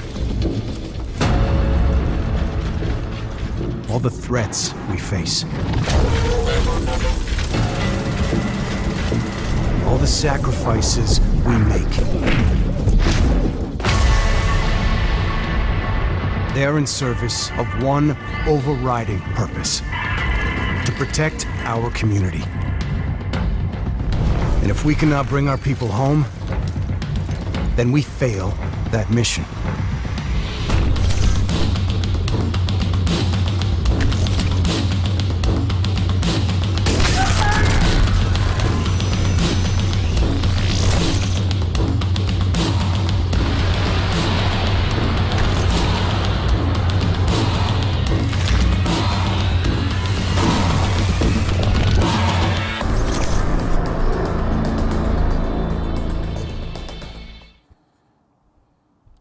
So, as you just saw, Year 5 prime target, Marie Sin is the former director of the DC Aquarium, and she's going to be our prime target, but we would need to rescue her and other 4 hostages and bring them back to safety. Yeah, I mean, we have some very important features of the castle that are, of course, not being populated by these people, and we want to get those facilities back in working order. So we will have to go on this hunt and hopefully get them safe back to help us rebuild the castle for real this time. Yeah, that's another very distinguished feature of the Broken Wings, that we not only need to save our people, but also bring back the facilities and rebuild the castle for reals now. Yeah, so we see the target here. So Mari in center. And of course, there's some story with her being a fiancé of a very well-known NPC in our story. I'll let you all discover that. But also, as you can see here, we have the targets or the missing people: John Aver, Lauren Mitchell. You know, the typical setup for that. But of course, with them being friendlies, everything is also going to look a bit different in the UI. It's just, trying to really play into the new fantasy of the season, being a friendly manhunt, if you could say, use that kind of word. And then, of course, the apparel event that I think we are getting into in a bit. Yeah. We'll definitely show you some snapshots of it later. But yeah, let's talk about Castle a little bit. I think it's one of the things that a lot of our players are mostly interested in. So what you can share without any major spoilers about the castle. Yeah, so the castle is, we saw the reaction from the players when the castle suddenly were populated at the beginning of Season 11. And this time around, we actually will see a progress throughout the season. So for each target that you, or hostage that you get back, one of the facilities of the castle will be opened up. So we have a real progression sensation for the player to feel throughout Season 1 here, Broken Wings. So yeah, it's hopefully visually pleasing, but also some of the fantasy that we saw that players really wanted from Season 11 that is coming this time around. Yeah, I know that it's been sitting there forever, basically untouched, and a lot of people have been asking questions like what's going to happen with this specific settlement. So here's your answer. Finally, with the Year 5 Season 1 Broken Wings, we're going to be able to come back and reclaim the castle. Super excited for that. Yeah, it's very exciting for sure. So we'll let you all discover that from tomorrow when Season 1 goes live. So for you Aussies, it might be the day after. Not really following the time zones completely, but it's going to be close to your midnight, yeah. Yeah, I mean, it's going to be our usual standard maintenance time. And tomorrow when you wake up, or if you want to just, never go to sleep and wait and be the first one to play, we'll announce the maintenance details later today after the live stream together with the patch notes. So you will be able to get all the information basically recapped. The majority of the topics we'll be discussing today. But before we move into that, let's talk about the Manhunt rewards. Like, for example, with season, with the latest season, we already introduced the new way of... Yeah, it's a vanity rewards. And we want to be very clear about this because we did see a lot of confusion about what was it actually that was rewarded at the end of the Manhunt. So we decided to basically invest our time in creating a really nice new gear, weapons, and whatnot to be rewarded in other areas of the game, and not keep them behind a 12-week calendar of the Manhunt. The Manhunt, or the story progression, I should say, is a reward in itself and is super costly to produce, but we also really like to produce it because we think it's very compelling, and we can see the feedback from all of you guys out there that you really like it. So it's more of a token of completion, and then I will bet you that we are introducing throughout the Year 5 some nice things where you can go and get some unique kind of rewards instead of putting them on the Manhunt, basically. So yeah, I would say that pretty much nothing has changed you're gonna get Correct. the same gear and weapons through the season pass reward track, and then one extra item or 2 or 3 or Yeah, it's going to be dropped here and there throughout the year. Yes. yeah. And talking about the season pass, of course, as you already know, those of you who took part in the PTS, you're already accustomed with all the new gear. But not only the gear going to be a part of the new season pass. Yeah, we can see the Shocker Punch. It's a new exotic holster. There are also going to be 9 new weapon skins. Yep. We'll show a few of them a bit later. 10 new gear dice. Correct. 3 new emotes. Yeah, I'm we're really bringing excited for emotes that. back. So that's we got our hands on some people that can actually do all the animation tech that's needed to do that, and that's super exciting that we get some new emotes back on the season pass.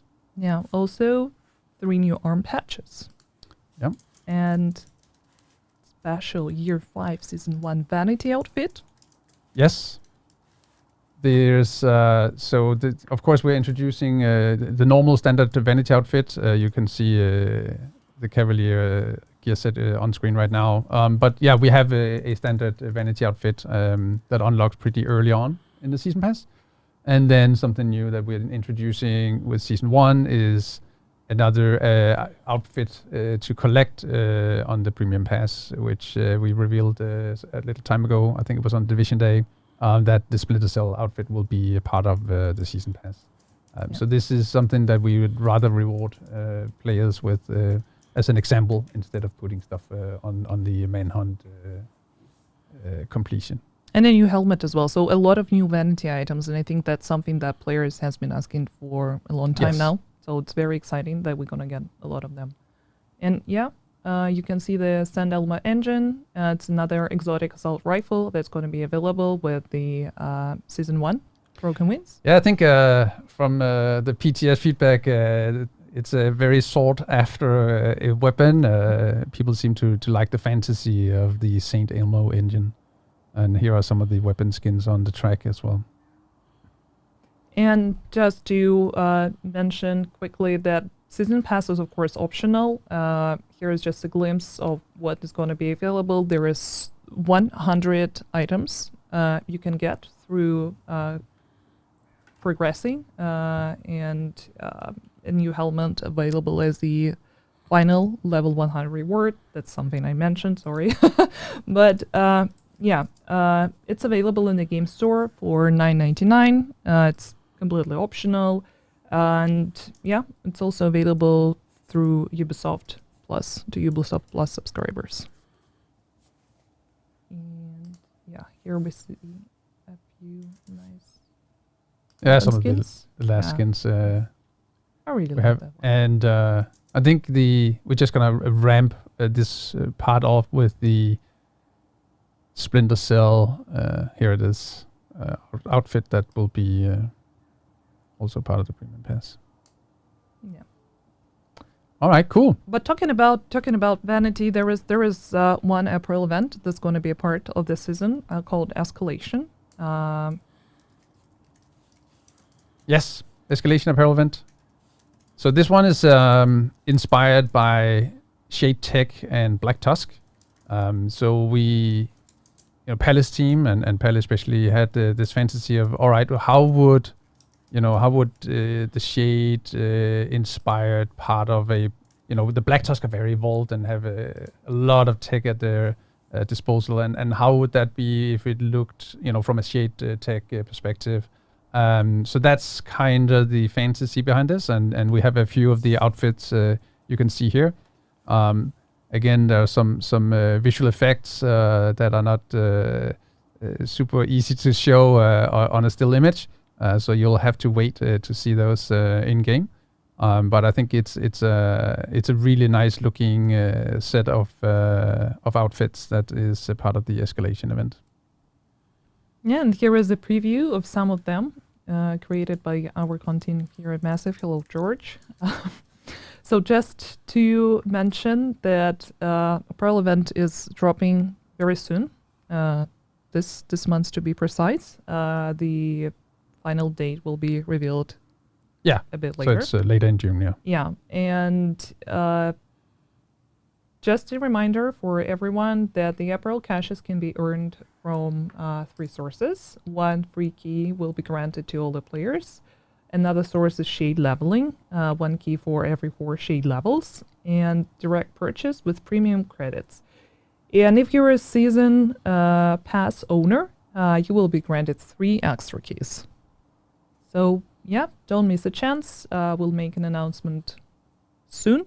Yep. And I think it's a very neat looking April event.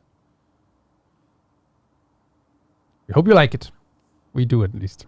Yeah, I know that a lot of players are fans of tactical looking gear, and I mean Johnson. It's one of the outfits created after one of the characters that we have on the key art, right? It might be. I haven't spoken to Pelle specifically about each of the sets, but yeah, I mean, they are like semi-tactical. It's very techy, I would say. I'm pretty sure that a lot of players are gonna, if not finding the complete outfits, as we know that people like to mix and match and create their own look and style.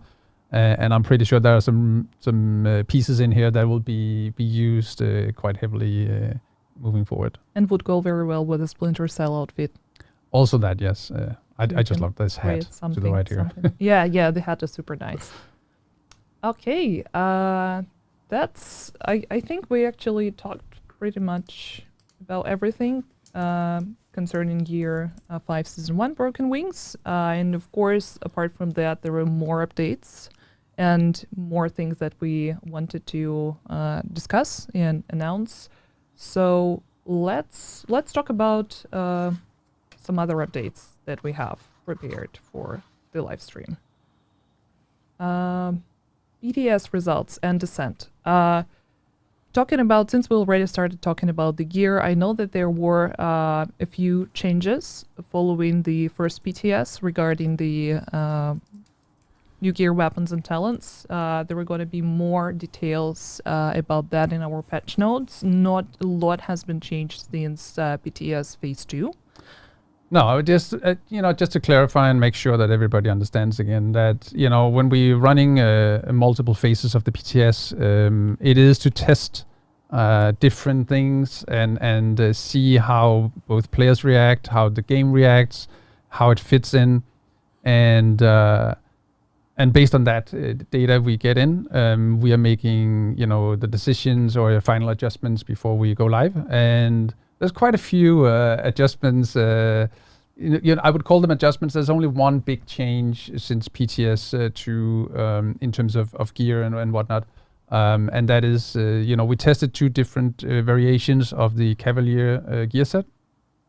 And we have decided to go with the direction that it went for the first PTS. So it is preventing skill damage instead of just a flat damage. I think it's it brings more specific fantasy to the set, and I think it's also it became too tanky, and we could see a lot of unwanted scenarios with how it was designed for PTS 2. So that's been adjusted quite heavily. But then, of course, there's some small values here and there on a lot of different things. But yeah, that's the main thing I would say that has changed since PTS 2. And you would be able to get all that details almost right after the live stream once the patch notes are released. And yeah, let's talk about the Descent game mode. Thank you so much for the cue. Actually, there were a few changes made to Descent game mode, mostly between the Phase 1 and Phase 2. And that is something that we already outlined in the PTS patch notes, but for a wider audience, since not everyone can take part in the PTS or owns only a console, I just want to make sure that these are the changes that we made following the first phase and a few user tests that we ran for Descent. So, for example, there were multiple feedback and people asking about Nemesis difficulty being increased. Yeah, Nemesis has been adjusted again. I think on a grander scale on Descent, there are the big concern about difficulty. And we're looking at the game mode in the sense that we want people and players to be able to at least get to the Nemesis fight. They might struggle or not on the actual Nemesis fight, which is fine. If you continue after the Nemesis, that's a different type of player, I would say, and something that we let you decide as a player if you want to push for, leaderboard and whatnot. And that progression after the Nemesis, we have adjusted since PTS2 as well. Actually, with quite a lot of changes. I think I got like 2 pages of lines of adjustments to make sure that we get that sensation correct, that it becomes more and more impossible to progress, basically. But we also heard you in terms of rewards and how that is done. And that has also been given a big overhaul. So there is, of course, the XP that you gain from, finishing the game mode. But I can also, is it too early to reveal the big part of the rewards for completing it? The named blueprints will be in the Descent reward pool, meaning that you will be able to grind out blueprints for named items in the game. From the previous seasons. From previous seasons, yes. So that is, and it's, since it's in a loop pool, you will have to play it multiple times to get, the one that you want. But it is a brand new item in the game that will be featured in one of the caches, and we will have it all in the patch notes later today. Yeah, this new type of cache called Reconstructed Cache. Yes. Which will feature the items otherwise unobtainable and unavailable to new players. So that is your cue to go and play Descent once it drops tomorrow. So super soon. And yeah, talking about the XP earns and rewards, that's, I think, one of the major parts of the changes, that we made to the mode, because a lot of people were confused as to, will it be rewarding? In what way? Why should I play Descent at all if I'm not interested in the story? But consider this: with the XP earned for completing Descent runs, XP awarded to players who have not reached level 40 would go towards your main game progression. And same if you're already a level 40 player and move on to Shade Level Watch progression path, that's the XP that's going to go there. And of course, it would also help with the seasonal XP. If you're a season pass owner, that would also add to the seasonal reward track. Absolutely. Anything XP is, progressing your season pass. So it's just not a separate activity, completely detached from the rest. No, but it's also, it's extremely important that we find something that is, different from other game modes. And I think now we have the summit that, has legendary difficulty and a unique drop with the bighorn.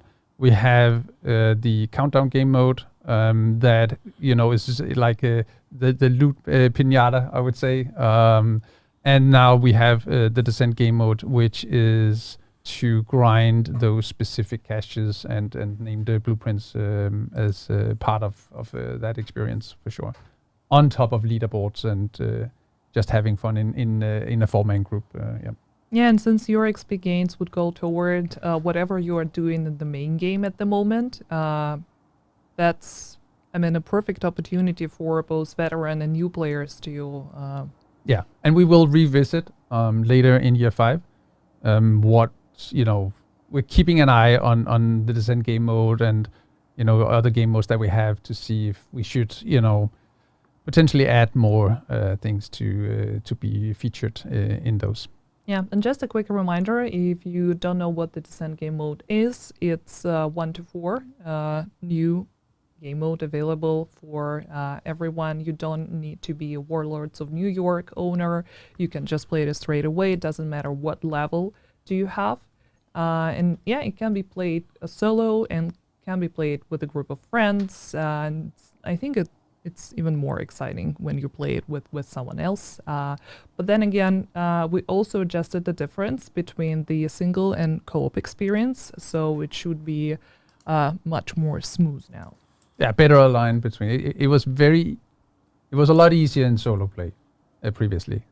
So we needed to balance that out a bit more. So yeah. And also this mod, it's a perfect opportunity for you to discover different types of weapons, talents, and skills, and try to play with the builds that otherwise you would not even think about, because the randomized selection of different weapons and skills and talents, that's something that gives you endless opportunities to try and combine things that are otherwise you probably would not think about in the main game. Yeah, and then the final little reward is for each 10 levels that you beat in the game mode, you will be rewarded with a unique arm patch to show off that you've done so in the season. So they will be season themed, these arm patches. So of course the first tier is for 10 levels, and then 20 levels, 30 levels, and then we stop at 40 levels. So for those who continue after 40 levels, that'll be on you to just see how far you can go. But at least we heard the feedback, that people were concerned if it was, based only on the leaderboard placement. So we will reward everybody who achieves these levels with the unique arm patches for Descent. Yeah, and I wonder how many hours are going to be after the release for people to reach level 100. Because I think after the first PTS, it was 18 hours. Yeah, I hope we have adjusted it so it's damn near impossible to actually get there. But, you keep surprising, so I don't know, maybe. I mean, we'll knowing our players, I'm 100% sure that we're going to see people competing for the top of the leaderboard or the fastest reach to level 100. And yeah, there are a few new screenshots from the mode that we prepared specifically for the live stream. But then again, I would be very much interested to hear the feedback from those of you in the community who had no chance to play during the PTS phases. Because if there are anything that, whatever feedback you have, keep it coming, and we'll definitely all take our everything console into players, right? Consideration, yeah. So it's going to be extremely exciting to see all of you engage with the game mode. It is only a small percentage of our player base that actually do download the PTS and play that. So suddenly having hundreds of thousands of players, actually millions of players, to enjoy the game mode is a very different experience and size in terms of data. So it's going to be super exciting. Yeah, and while the PTS feedback is super important for us to fine-tune things, it doesn't equal the final decision. Of course, if there are more feedback, it will be taken into account, and if there are some changes needs to be made, we're here for that. So yeah, please let us know what you're gonna think about Descent. I think it's super exciting game mode, especially since you can meet Aaron here, but I would not fanboy over him again. Okay, but there are some quality of life updates. I think that also important for us to talk about. And yeah, for example. Let's bring them up on screen. If you can, Dory. Here we are. Yes. So first off, the grand step. I mean, we've been struggling with our grants. That's no secret. And we've designed a new way to grant any kind of compensation. So from tomorrow, the compensations will be in the store. There will be a new tab in the store called Grants. and in there you will find the newly skinned Dr. Home that will be available to all players from tomorrow, and you can claim that once per account. And hopefully we're done with all the issues that has been for a very few percentages of our players, but we can't live with a few percentages that are not getting the grants as they were supposed to. So that has been designed from the ground up, and we're super happy that we can finally give this long overdue grant to you guys. Yeah, and there were a few others. I mean, that's of course not all of them. The full list will be available for you later tonight after the live stream through the patch notes. Pretty much all of them were part of the PTS Phase 2. So not much has been changed since then, but there were a lot of talks about the XP revamp. And to provide you with the answer, we prepared a special asset showcasing the values of the Yeah. yeah. On the XP revamp, so we heard the feedback, and we have buffed it across the board since PTS 2. So of course the double XP is removed, and then instead, if we're looking across at the numbers from previous and to tomorrow, we are across the board basically increasing all XP gains by 12%. So some of these activities in the open world will be massively buffed. I mean, they will be more than double XP than what they are today. And all those details will be in the patch notes later today. So I think it's something we're going to be tracking, and hopefully it'll feel rewarding. Basically the idea is that instead of resetting the map, playing the UI, as I tend to call it, by resetting the map, finding that certain activity you want to play, fast travel, run to it, do it, and then repeat. The idea is that all activities grant the same kind of XP per hour. By the way, it's including NPC kills, and so you will just play whatever is nearest. So I think players also need to factor that in, that the time that you spend, resetting, traveling, running is basically gone. So you just run to the next one if you really want to do fast XP gains in open world. There's many other things you can do for XP, but just to make clear that we hope that it feels more satisfying and that you can actually enjoy a variety of events instead of just chasing those convoys. So that's the idea behind all of this, and then we'll see where we end up. But I feel and hope that we are in a good spot with what comes with tomorrow's update. Yeah, and we want to be absolutely transparent about that feature. That's why we decided to give you the exact values with the percentages of the increase and decrease. But I'm going to mention this, that the overall increase is about 12%. 12%, yeah, across all the activities. Yeah.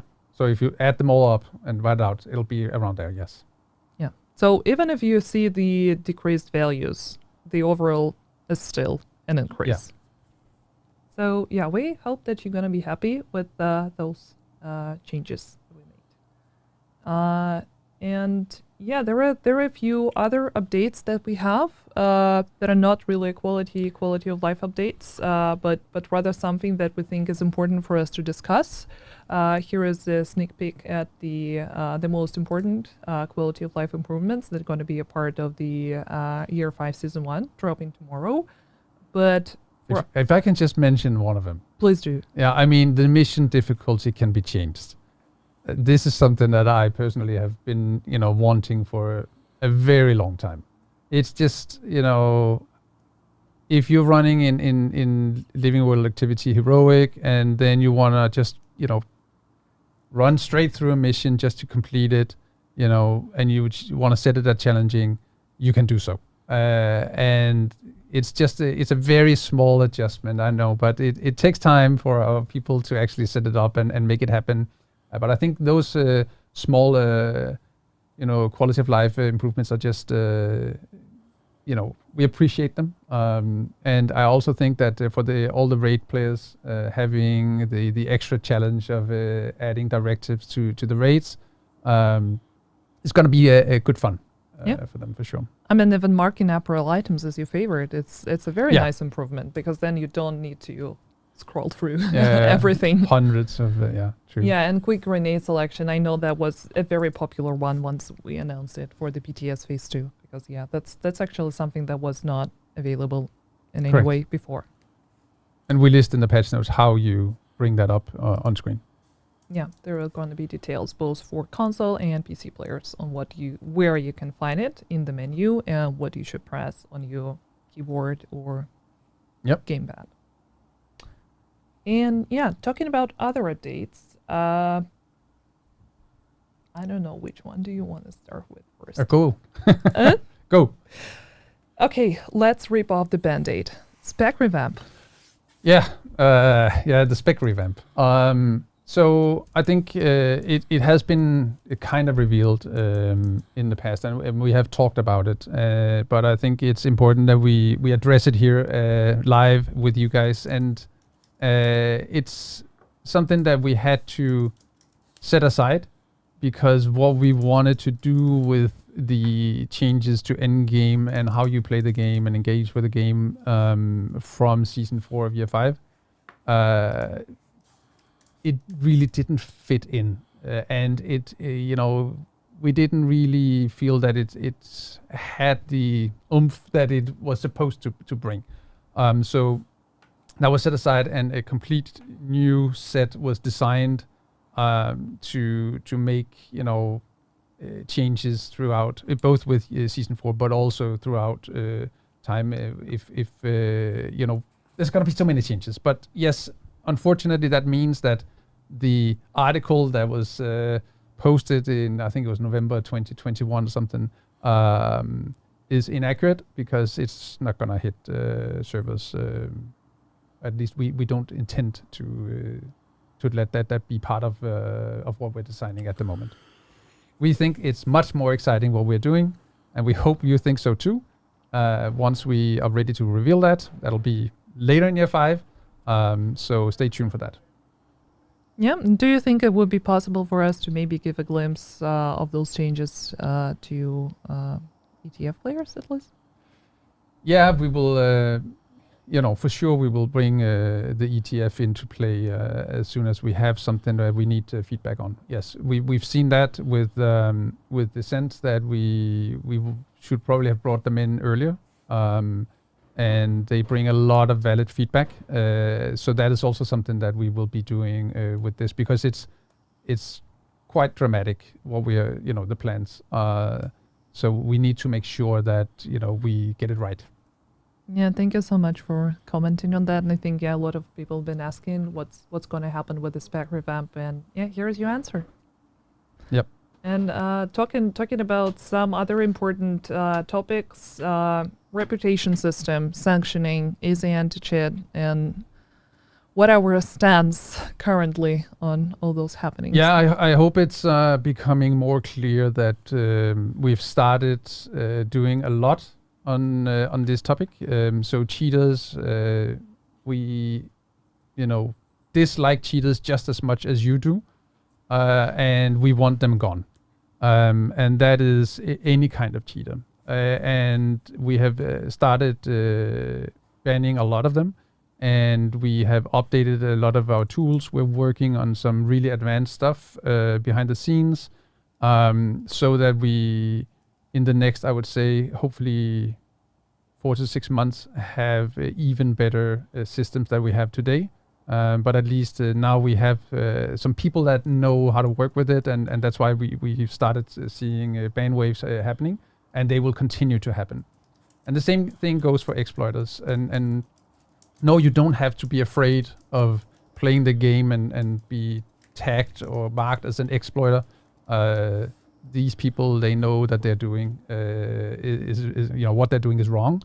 We're talking many times the XP of what a normal player can accumulate. Yeah, we have tracking tools in place now, and we also have some automated systems that goes live with the update tomorrow. Yeah, and I can't really go into all the details about the sanctioning metrics. Of course, there is one that we are, working in reference with, but I'm just going to remind you about this one thing. Unfortunately, neither me nor Morten can ban people directly. We do not have any access to this specific tool. So if you think that a person you encountered in the game or online while watching, I don't know, Twitch streams or whatnot, and you see that they are an exploiter or a cheater, there is only one way for you to report them, is through Ubisoft support. And if you can include video evidence or anything that clearly shows that this person is spoiling the experience for everyone else, please do so. But yeah, unfortunately, it's not up to us, the dev team, to ban these people. So just a reminder, please submit your request for Ubisoft support, and I'm sure that we will be able to help you very soon. And talking about the sanction metrics, actually, that's another one very important thing, that if a person, let's say an accidental cheater, right, or they encountered a mechanic that they didn't know is considered cheating, they won't be banned right away. They would be sanctioned for quite some time. But if the exact same person, I don't know, would become a reoffender, so doing that on purpose, knowing that it's not something that they're supposed to do, that it goes against the rules in the code of conduct, that's where this person will be labeled as a cheater and as exploiter in the system and banned from it. Yeah. So cheaters, people that use third-party software to cheat in our game, will be banned from first offense. Period. There's no room for them. The exploiters, we have to tell them that what they're doing is wrong, and they will, of course, be having a second chance at behaving like they should. But yeah, that's it's, we just want to make sure that you understand that we take it very seriously, and we are working on some stuff that should hopefully be very positive for the game in the very near future. And as stated, we have already started ban waves. So yes, that is correct. It's happening, and it will continue to happen. So no one will be spared, so behave.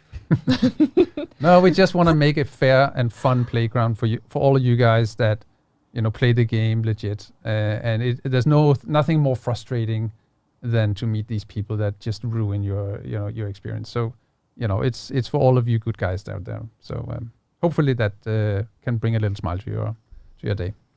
Another thing that I think would bring a smile to a lot of our faces is the countdown matchmaking update. Yeah, so there's a small patch on the countdown. We know that it's broken, and it's frustrating that you have to queue up several times to find a match that is working. And we know we have a fix for the matchmaking. So apparently, what has been going on is that the exact time that it loads in, one of the players is kicked or leaves or gets like a desync, then it breaks the countdown session. So that fix is coming with tomorrow, and then we'll of course keep a close eye on everything countdown to see if there are any other issues that could potentially be part of breaking the experience. But hopefully we can all start the loot grind in countdown on a more regular and fun basis from tomorrow on. So yeah. Yeah, I feel like this person from the meme with the pancakes, because descent, countdown, new manhunt. There is too many things to do. There's plenty of time, right? Yeah. One last thing, the blueprints of the previous seasons. Yeah. So we know that there are blueprints missing from 4 seasons. Season 9, 10, 11, and season 3. So they will be in Season 1, they will be added to the loot pool of control point level 4s. So people who didn't acquire the blueprints during those seasons can go and grind them in the control points. Season 3 is a bit delayed. We will have to get back to you when those will be added. But Season 9, 10, 11 will be in the game during June. They will be added. We'll add it to the patch notes as soon as we have them ready, but it's on the to-do to get them in. We'll have a tracker to see. It might be 18.1 that they're added, but it is definitely something we need to get in, and hopefully all of you guys can then start having an extra reward for completing level 4 control points. Yeah, once there is more information, we'll just update the known issues board to give you the details, and stay tuned for one of those health patches updates, because it's definitely going to be a part of the patch notes. Yes. Yeah, thank you so much for all those very exciting, some maybe not very exciting, but at least that's transparency for you. We are not trying to keep any information undisclosed. But to finish off on a super positive note, I think that would be nice to talk about year 5 again in general, and provide you guys with the recap of what year 5 is supposed to be. Not really a recap, a roadmap more like. And we've noticed that since the announcement we made on the Division Day regarding the Season 4 and the potential DLC, not the potential, it's already set in stone, people started speculating like crazy what the DLC is going to be about, where it's going to be located. Yeah. And I think, I guess we thought it would be obvious from the roadmap. Yeah, we see the roadmap. But yeah, let's just confirm that the DLC will be set in Brooklyn, New York. So that's out of the way. All the speculations can stop. We saw some very creative suggestions and videos and whatnot. So, but yeah, that's the location that we're going in at the end of the year. So we're super excited for that when that happens. But before that, we have 3 other seasons, and also just want to make sure that everybody understands the roadmap very clear, and what is the takeaway of each of the seasons. So of course with Broken Wings, we have the Descent game mode, and we have the castle rebuild that is a real rebuild, or at least the people that are coming back are having an impact on what you can gain access to at the castle. The same is happening in Season 2, Puppeteers. So that is when we conclude the castle rebuild. And just also to make sure that if people didn't play Season 1 and joined at Season 2, the complete Season 1 will of course already be active at the castle. That's just how game development works. The takeaway of Season 2 is of course the incursion. So we see the Burning Mansion on the roadmap. It's the Maraid estate. The cleaners have paid them a visit, and it's your job to go rescue the people of the estate, and we'll have some really nice exotic and very hot gameplay moments in this location in the incursion. I really look extremely much forward to this piece of content. And then for Season 3, so it's a slower season in terms of pieces of content and whatnot. Story-wise, I think this is probably the big story piece of the year, and we're not going to talk more about that. And then we are trying to bring some more engaging holiday fun, and we'll get back to you, of course, with what that entails and how you can be part of that. But it should be more gameplay rewarding than what it has been previously. So just some small small stuff happening on that front. And that is, of course, in order to prepare the team for the big drop at the end of the year with Season 4, where we both have the story DLC and the, what we call Season 2, the changes to how you play the game, in-game wise and whatnot. So, yeah, that's just a very short recap of the roadmap that was shared during Division Day, and with the reveal of the Brooklyn location for the story DLC. Looks super exciting. I'm head over heels for the Incursion. It's an amazing experience. I've been an avid fan of Incursions from the Division 1, and if you haven't played it, if you're only a Division 2 player, I would say that this specific Incursion, I don't know if I'm allowed to even say that. Please please stop me if I mention something I'm not supposed to. But the only difference between Division 1 and Division 2 Incursions would be that Division 2 Incursion feels more like a raid. Yes. And then I think we'll keep the rest for Season 2 live stream. But that's true. I'm just already anticipating the questions about us developing another raid. So no, you're gonna have this instead. This is it. That is super exciting. Believe me.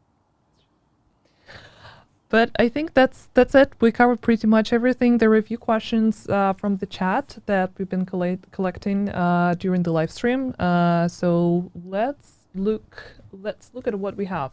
So first question is about the new skin for the Doctor Home, and the person asking, will the original skin from the previous release stay, or will a Doctor Home be reskinned completely?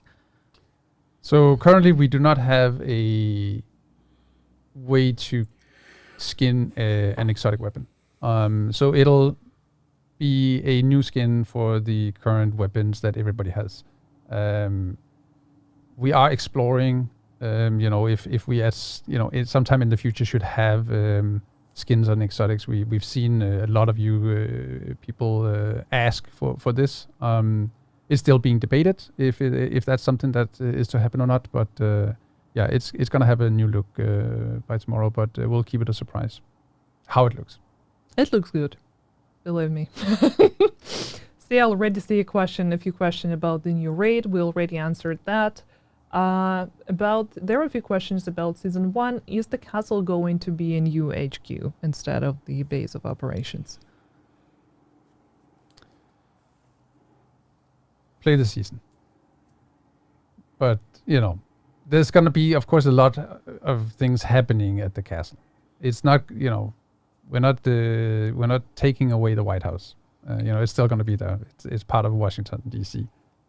So it's a difficult one to answer. I think if it's in terms of will you have more to do at the castle, yes. That's probably the best or the closest I can get. Yeah, I mean, that's an answer good enough, because it's very hard to say yes or no. Yeah. It's not, your new boo, if that's the question. But yeah. It's just an addition to an already existing experience. There are a few questions about the Descent. Is the Descent coming tomorrow? Yes, it's a part of the Year 5 Season 1 Broken Wings, so it will become available to all of you tomorrow. And once again, you don't need the Warlords of New York expansion to be able to play Descent. It also doesn't matter if you want to play solo or in a group, and regardless of the level that you have, if you're below 30, if you're 40 and move to the shape progression, and you're going to be rewarded depending on what your current main game character status is. Correct. And also important thing to mention, all the rewards from Descent going to be available on your main character. Oh, so yeah, the loot that you get out. Yes. So once you exit the simulation and get back to the White House, you will have caches in your inventory that you can open, and that is normal loot that you can, or materials that you can use in your normal play elsewhere in the game. Will you add checkpoints to Descent? Yeah, we've seen that come up a lot, but we can't. It's just against the nature of the mode. So we are aware of and know that there's been, for example, if you had your internet connection died, or your PC crashed, or I don't know, something. Then we are making sure that at least the XP is added to your account. That is the best that we can do. But it's kind of against the mode to have a save. So it's it was something that we investigated early on, and it's just not really doable in the sense of how it's structured basically. Yeah. Yep. And talking about XP, by the way, I just want to mention one quality of life that conflict is actually going to get an XP buff to shade progression. It has its own XP inside conflict that awards you caches and whatnot, but we are, transferring a mathematically system into, your shade progression so you actually can feel rewarded. So please also do give us feedback on that once it goes live tomorrow, so we can make sure that it's adjusted correctly. We hope that at least it feels much better than what it is today. So that should be good. And one last question about Descent: Is there any plans to add more unique or exclusive talents to the mode? Not currently, but again, we want to revisit Descent at a later date. But right now the team is all hands on the DLC and the in-game changes. So we'll see. But it's a good suggestion, and it's something that we've also been discussing. How much should we do about it in potential new years of content. Yep. Don't see any more questions about Descent. Okay, let's move to Incursion. Would it be possible to play Incursion solo? You can try. No. But just no. It's very, very tough. It's just, yeah. But we'll show you when we get there. Let's get through season 1 and all the good stuff in here, which can be played solo. And then we'll take that at the other side of the summer. So, any chance to get a new global event? From what I know, there are no such plans, at least for now. No, and again, it's tied into the changes that we want to bring by the end of year 5. So it wouldn't really make sense to invest the time in making new global events now. But yeah, more on that later in year 5. And yeah, talking about roadmap, of course, there were a few questions about season 2.0, but as we mentioned, we cannot really discuss it right now, since we have 3 more seasons before it's even a reality. But once there is more information to share to give you a glimpse into how this new system gonna work and look like, we're absolutely gonna share it. And let's wait a little bit. Will there be a New York DZ? I assume that's a question for the DLC, probably. Yeah, no.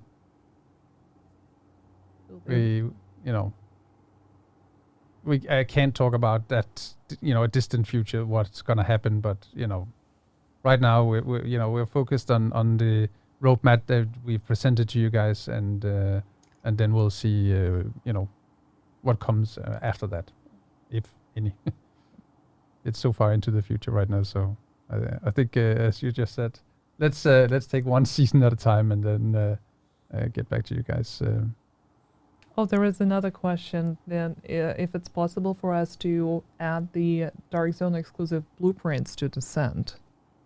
It's an interesting question. I think they might be, but I can't recall.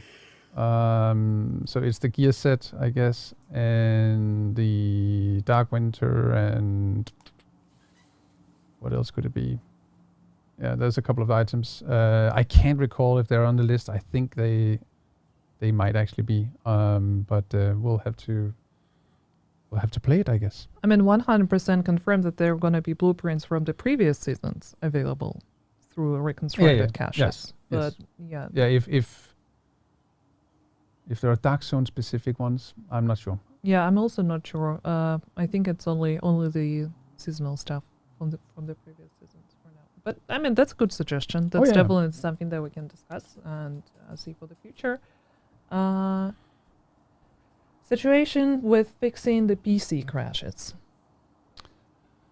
Yeah, so it's top of the list of things we want to do, and we have it on the agenda every single week to follow up on everything for any kind of crashes that we have.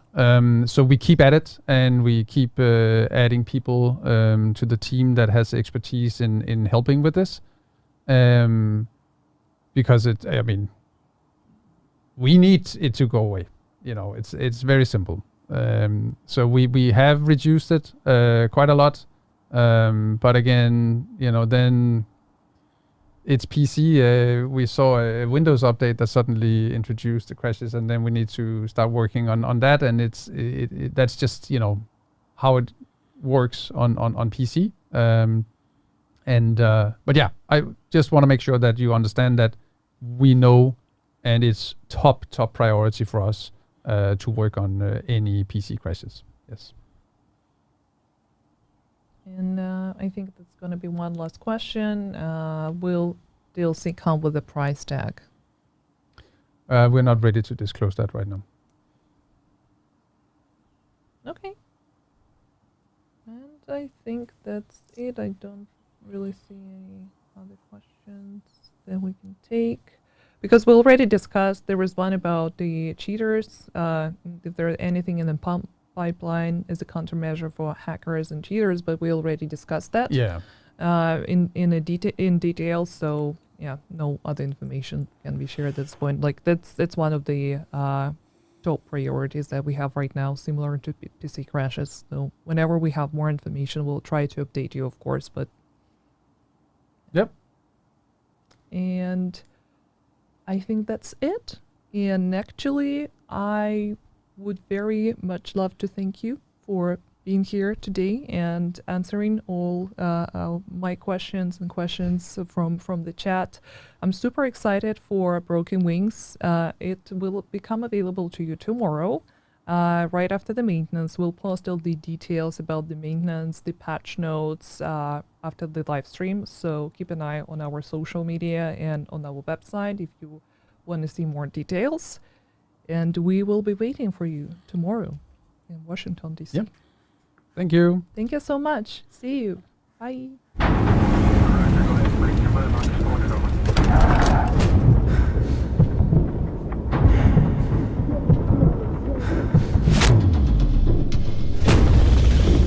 Agents have one mission.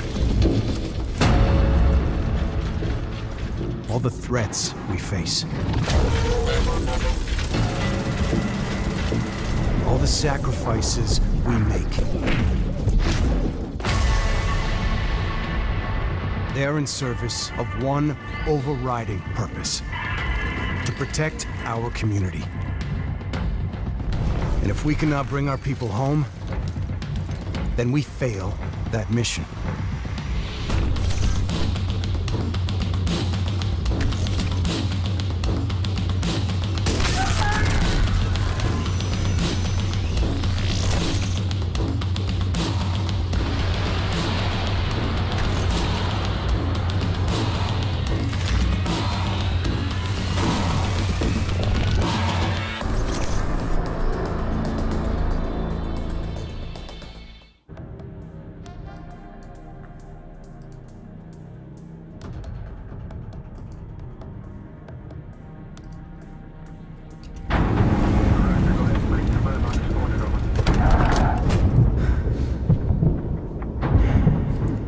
right, give me a second. Let me turn this up real quick.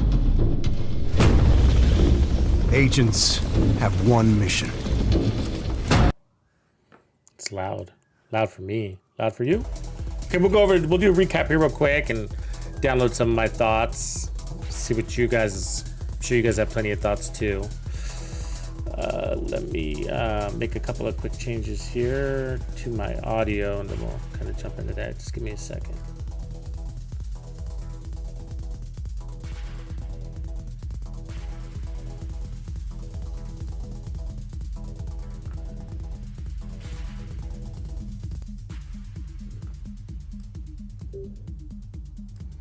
All right, can I get a sound check real quick? Make sure everything sounds loud and clear. Can you hear my voice? Check, check, check, check. Cool. Appreciate you guys. Thanks, guys. I just got to do that every time we change our audio. So this is the deal. Okay, I'm just gonna go through this quickly, and then we'll talk about some of the heavy topics here. Okay, but so we got a new manhunt system. So year 5, season 1, right? So this all kicks off tomorrow. So the servers are probably going to go down at 12:30 in the morning Pacific Standard Time, whatever that time is you're in. I don't know. But usually the maintenance is about 3 hours. On big updates like this, it could take longer, and I will be streaming first thing when it goes live. So anticipate around 4 in the morning Pacific Standard Time. We'll kick it off. So a new manhunt system. So we're not going to be hunting targets. So it's not going to be like the past systems are kind of like bounties, right? Instead, they're going to be more like rescues. And so there's 11 missing people that we have to rescue. And I'm not sure if we have to rescue all 11 missing people in season 1 or across the 4 seasons. I don't know. But the manhunt rewards, they did clarify, are vanity events. So, I mean, vanity items, sorry. Vanity items. Let me do something real quick here. Gotta turn something up, turn something down.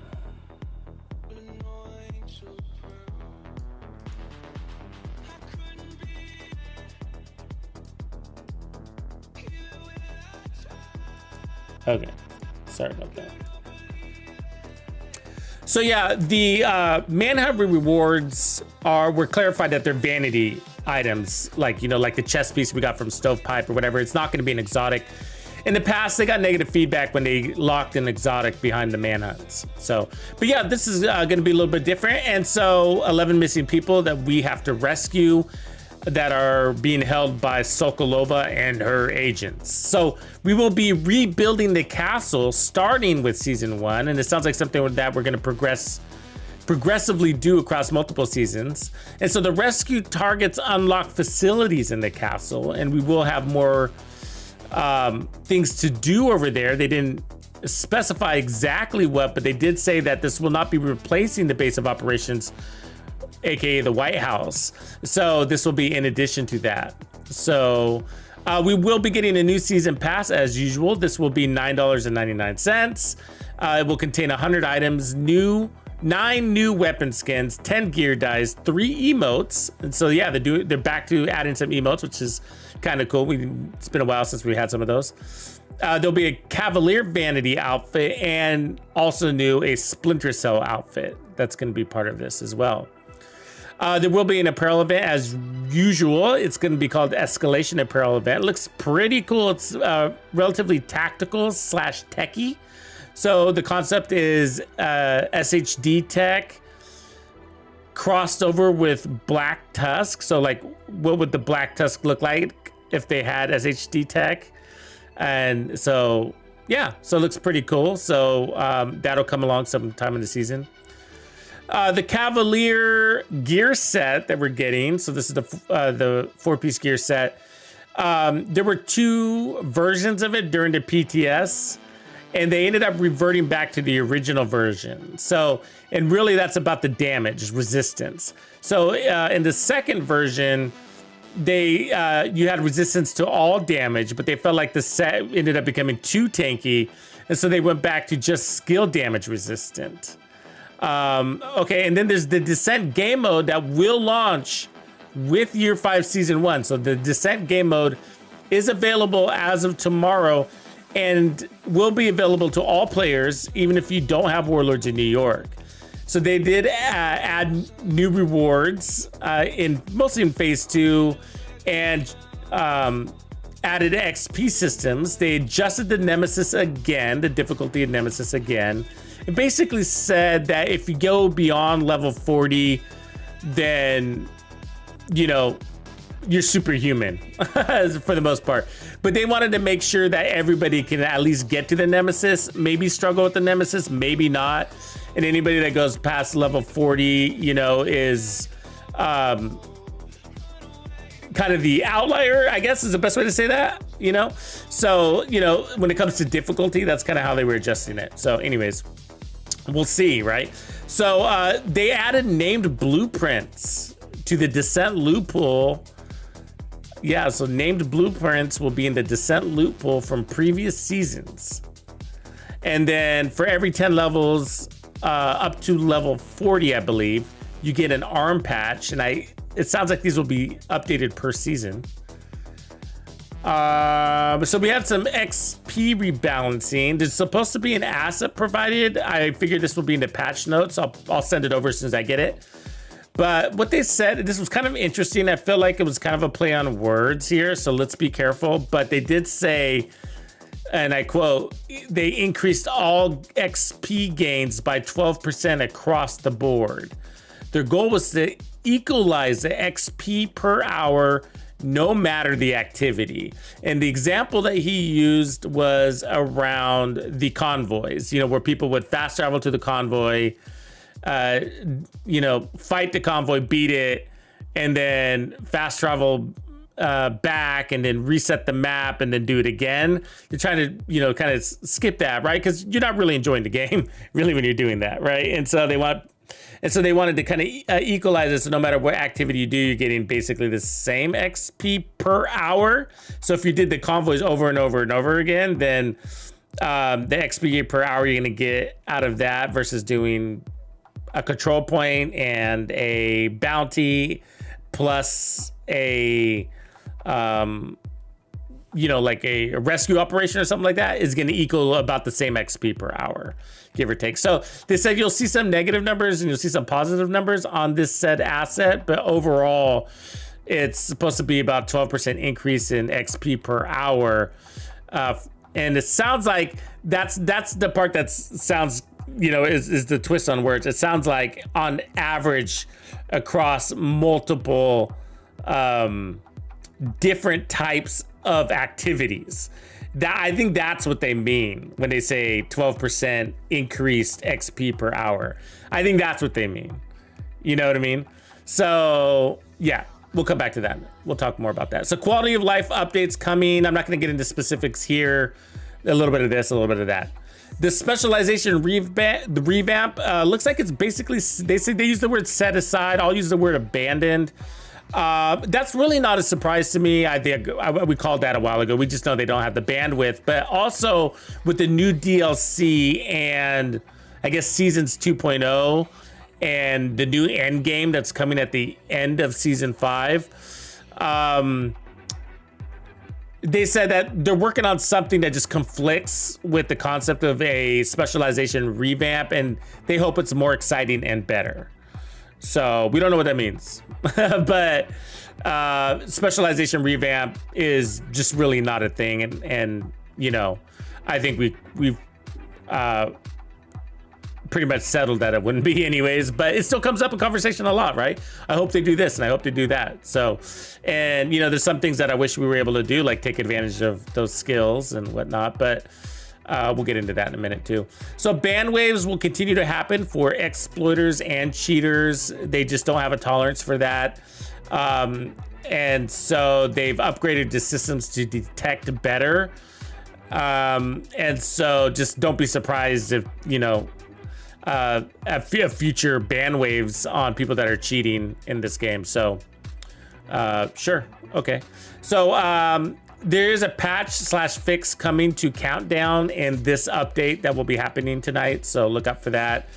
It is pretty buggy, especially in the matchmaking instances. And the new DLC was revealed officially that it's going to be in Brooklyn, New York. So the DLC extended map, it will be in Brooklyn, New York. So that's awesome. I say, wow. That's cool. So I think we all kind of figured, a lot of us figured it was going to be in New York. There was a lot of talk about St. Louis and stuff like that, but it just makes sense to make use out of this New York map that you can tell it's kind of had some grayed out areas. Like there's more to be done there, right? From the original launch, since the original launch. Okay, so let's circle. So that's it. Basically, the end of the notes. You know, there's some Q&A at the end, basic questions, and a lot of talk on the cheating, whatever. But and then they did recap the what do you call it? The timeline. But there wasn't really any changes to it, you know, so it was just literally a recap. So yeah, so let's circle back. Let's start, like, I guess at the top. I'm not going to go through every single thing here, but one of them, let's just talk about the manhunts. I'm kind of curious what you guys think about the manhunts. So we got a new manhunt system coming in, and yay or nay, you know what I mean? So let me just repeat it. So it's a friendly manhunt now. So we're not going to be hunting enemy targets. Instead, we're going to be rescuing allies. And there's 11 of them. And the rescue of those allies unlocks things at the castle. We're going to put them to work, apparently. So we're going to rescue them and then enslave them. So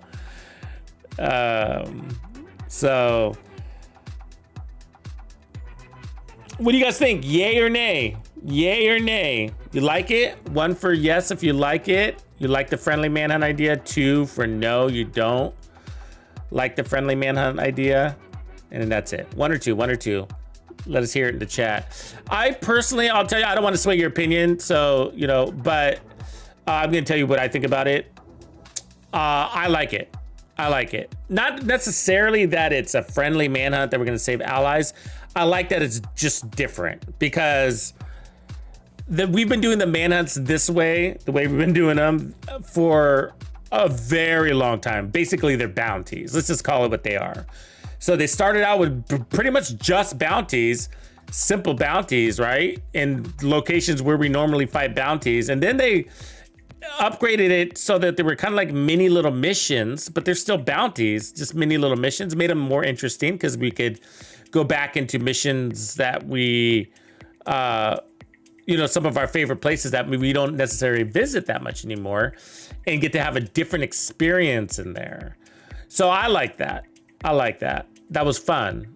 But it was still just a bounty. And so I'm kind of over it. I mean, I do them, you know, but they're not hard. You know what I mean? You just kind of go in there. I mean, Anderson was kind of different but really I feel like Anderson was different because we got to use a new Pentco. They made use of Pentco that was still new at the time. You know what I mean? Countdown. So they reused Countdown for that manhunt, and it was still new at the time, and it was all new, the whole concept of revamping missions. So I feel like that's why that one stood out. But in season 11, the whole thing didn't stand out that much. I mean, I do love what they did to the White House, I gotta say. I mean, I love what they did to the White House. It's really cool to have it in this more crisis situation, like we were just attacked, sort of like the New York location. So really happy about that. But otherwise, you know, there was just another bounty. I mean, it was cool. I had fun. I did it. But how many more years can I do that? And so I like that they're flipping it and it's going to be rescue. So basically we have rescue operations. I probably don't have one on the map right now. And I never noticed them anyways, but there are these rescue operations. They usually show up as green and they look like handcuffs when you see them. Sometimes they don't come around until you kind of do a bunch of activities. So we're not talking about the hostage situation, although that's kind of it. The rescue ones, they got handcuffs. It's like a little handcuff symbol, but you got to you usually got to clean out an area before you see it, do a bunch of activities, and then it pops up. So I think that's what they revamped. So they revamped that, but you're still fighting. It's not like you're just gonna show up someplace and like, you know, open a door and it's not. It's still combat, right? There's probably still a boss, I'm sure. You know, and I feel like the Manhunt bosses, although there was a story behind them, they weren't that much difficult than any other boss that we fight, really. You know, give or take. So yeah, I see a lot of ones, so that's cool. I see a lot of ones and cool. A few nays too. Okay, cool. So for the nays, I'm guessing. I'm curious for the people that don't like the idea. Is it that you're tired of manhunts altogether, or you like the bounty fighting bad guy, named special bosses, whatever? Kind of curious, but yeah, either way, cool. Yeah. So I'm just, anyways, it's something different. We need different at this stage too, whatever. So for me, that's how I feel. So the castle, rebuilding the castle. I mean, I don't know. You know, I don't have any impressions about it really, because we don't know what to expect. I do like having the castle. I could tell you that having it available is actually improved that's a quality of life thing right here. So I come here, I spend more time in this settlement than I do in the White House now. So I usually do my route and then I come back here and make my gear changes and whatever I need to do. So if they add specialization, if we can update our specialization here, like the base of operations, then this will be the spot. It's you fast travel in and out much faster. It's in a very convenient location. I can go right out the door and get into a good fight. So yeah, you know, so, but otherwise we'll see. I mean, what other activities can we possibly do here? You know what I mean? I know they're not going to add anything interesting. Like, I mean, maybe there'll be a testing range. I don't know. But it's probably just going to be like a mini base of operations. That's what I predict, but whatever. We'll see. I don't know. What do you guys think? Any ideas out there? What it could possibly entail? My guess is it's just going to have hosts more of the things that we have in base of operations. But if you think different, I want to hear your thoughts. Okay, so the season pass, $9.99, that's the same. Basically, it's I was wondering what was going to go on here. So the only thing that I caught was 2 new things. The Splinter Cell outfit, we haven't had anything like that before. And then they're bringing back emotes. So that's pretty cool. But otherwise, everything else is as you would expect. So you're going to be able to get your Cavalier gear set. There's the new brand set. And both exotics will be on this rewards track.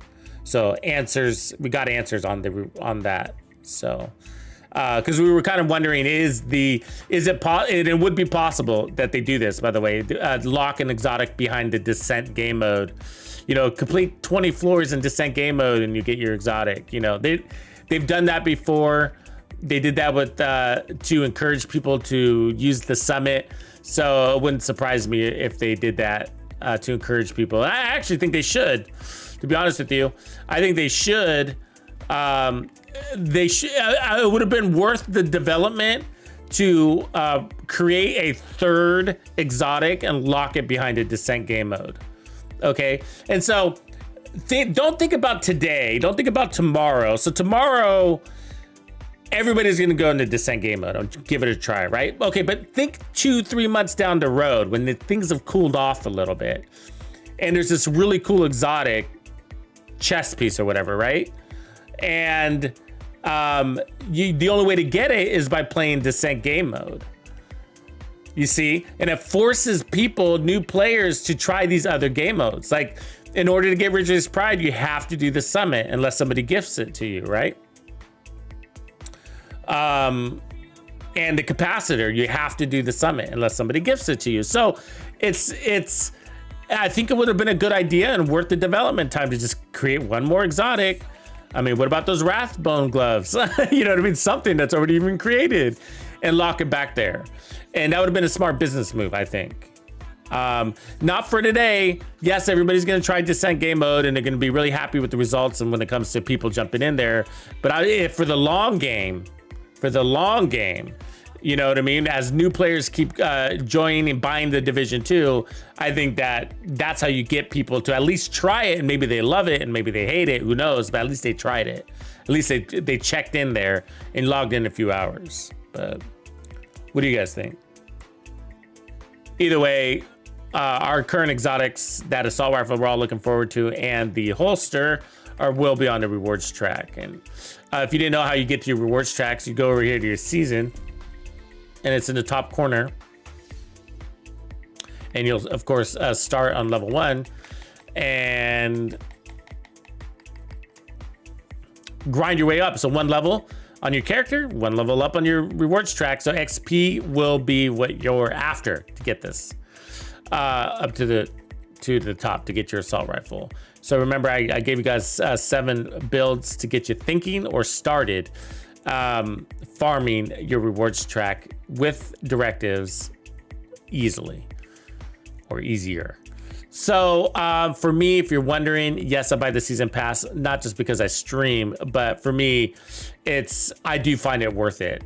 I've bought this season pass every year, and those caches add up. It's mostly those optimization materials. I mean, let me just show you. I mean, they add up and they're important. So I was just saying this, like, I spend a lot of resources. I'm coming, you guys see me, right? You guys see me. I just spend and I spend, and I'm crafting and I'm optimizing. I mean, look at my watch on this guy and my main character. He's only got 1,000, you know. My other character's got more. And so, but like, if you look at my resources, actually, let me show you that. Yeah, let me show you that. That's what I need to show you. So look at my resources down here. Like, look at my electronics and shit like that. I mean, look at that. Electronics, 526. That's really low, right? And so I'm always crafting. I'm always optimizing. I'm always spending money. And so, I mean, look at my E-credits. I'm under 200,000 in E-credits on this character, right? So these resources are very, very, very handy. And I keep a lot of them here in my mailbox, as you can see. So I got 37 items in this mailbox, and I spent some. So there were more. I just spent some the other day just to make room in here, because I know I'm going to fill this up in the seasons. And so I feel like very rich, you know what I mean? Just from playing the game, I'm not doing anything special, but just by playing, logging in and playing, I feel like the season replenishes me with that rewards track. And it's only $10. It's not a lot of money. I know that's relative, but like subjective, but like it's I also get the skins, and I like the skins, and I like the apparel, and I like the emotes. You know, that stuff is for me. I like it. I mean, I spend so much time in this game to not have that stuff. It'd be kind of ridiculous. You know what I mean? It'd be kind of ridiculous. I mean, why are we playing a third person? Imagine Call of Duty without weapon skins. You know what I mean? Or with the weapon not looking cool or whatever. But like, it's like, I mean, at first you don't need the weapon skin, but once you start clocking in some serious hours, you're like, shit, I feel like I should have at least a gold skin on this AK-47. It's kind of like that. You know, it's kind of like that. It's just like, why are we playing this third person if we don't care about how our character looks like? I might fucking care. You know what I mean? I want my character to look badass. I want cool masks. I want hoodies. I want boots. You know what I mean? I want to look tactical. I want to look deadly. I want to look scary. I want to whatever. I want to have fun with my character since I'm in this third person perspective.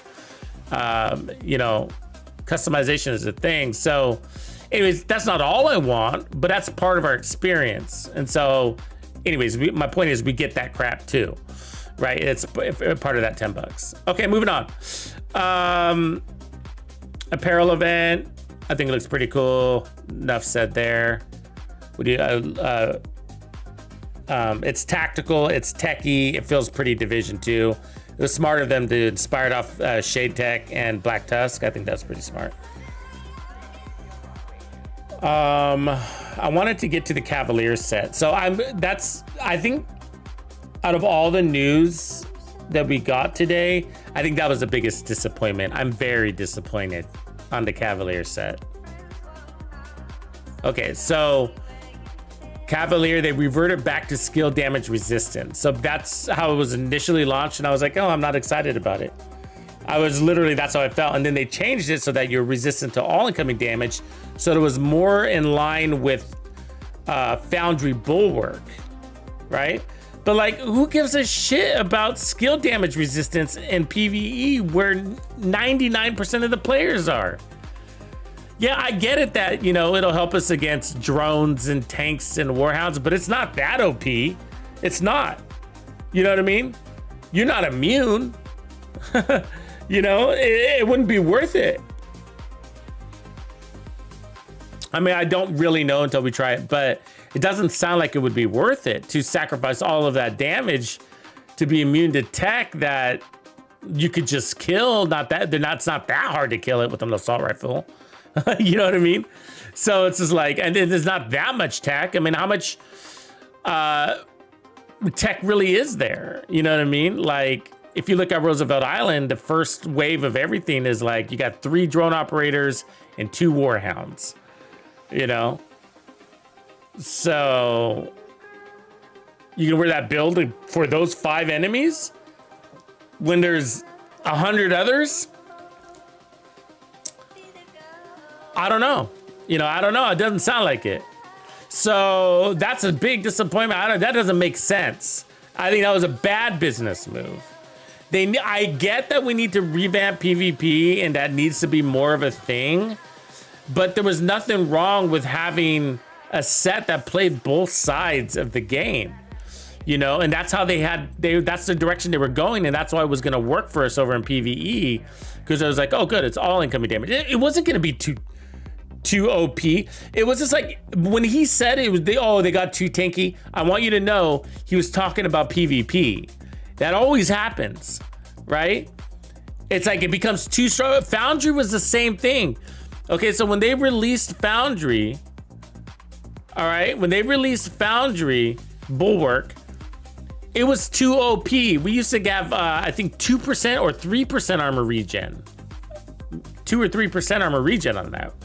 And we even had more shield health. And they nerfed it because of PvP, not PvE, because of PvP. And so we had a better Foundry version.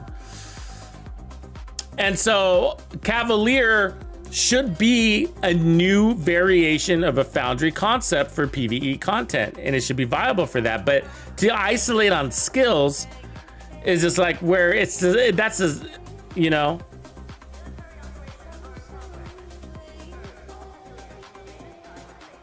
You know, it's hazard. Obviously, there's hazard, repairs, and skills. I mean, it's just, I don't know. We'll see. We'll see. They are introducing, the cool thing about it though, so I'll give the cool thing about it, is they are introducing a new stat for us, right? So resistance to skill damage is a new stat for us. So we have additional damage to tech. Now we have reduced damage to tech, right? So that is a new stat, first ever. So that's the good news. So we'll see if we can come up with something interesting for it. Cool. All right. Blueprints in the Descent game mode. Just real quick on that. That'll be great for you new players. Actually, we get comments in stream, people asking about blueprints. How do I get my blueprints for this and that? And it's just like, ooh, they were part of rewards tracks. So, you know, I don't have a good answer for you. So they're opening that up. So that's pretty cool. Somebody must have mentioned something to them on that. XP rebalancing. So we all knew this was coming. They sugarcoated it a little bit, but basically we knew what was happening. They equalized XP per hour, no matter the activity. So I really want to reserve my thoughts to this until we see this asset. But so we can kind of break it down. I'm mostly curious about control points and anything elite. So elite convoys, elite patrols, and directives, right? What if they nerf directives? Wouldn't that hurt? So, and how about XP for legendary? Do you think they thought about that? So I advise people, okay, I advise people when they're farming their season's reward track or global events to not play legendary because the XP per hour isn't there. Do you think they thought about that? Because that would be thinking about it. Is to improve our XP in legendary for the amount of time that we put into it. We should have way more XP, you know?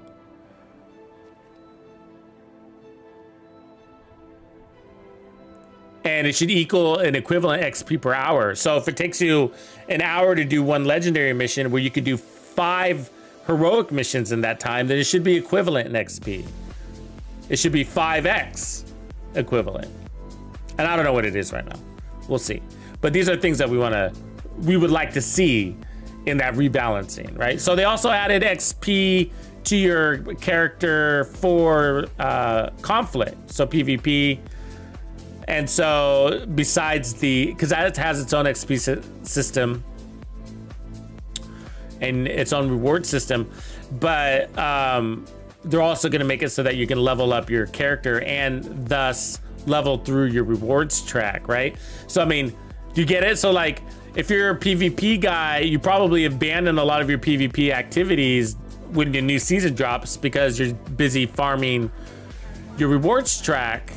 But now you can farm your rewards track and still play PvP content. So that's good news. That's good news.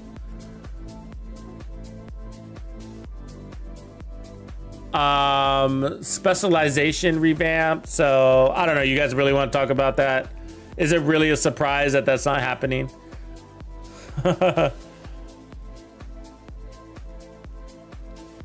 Is it really a surprise?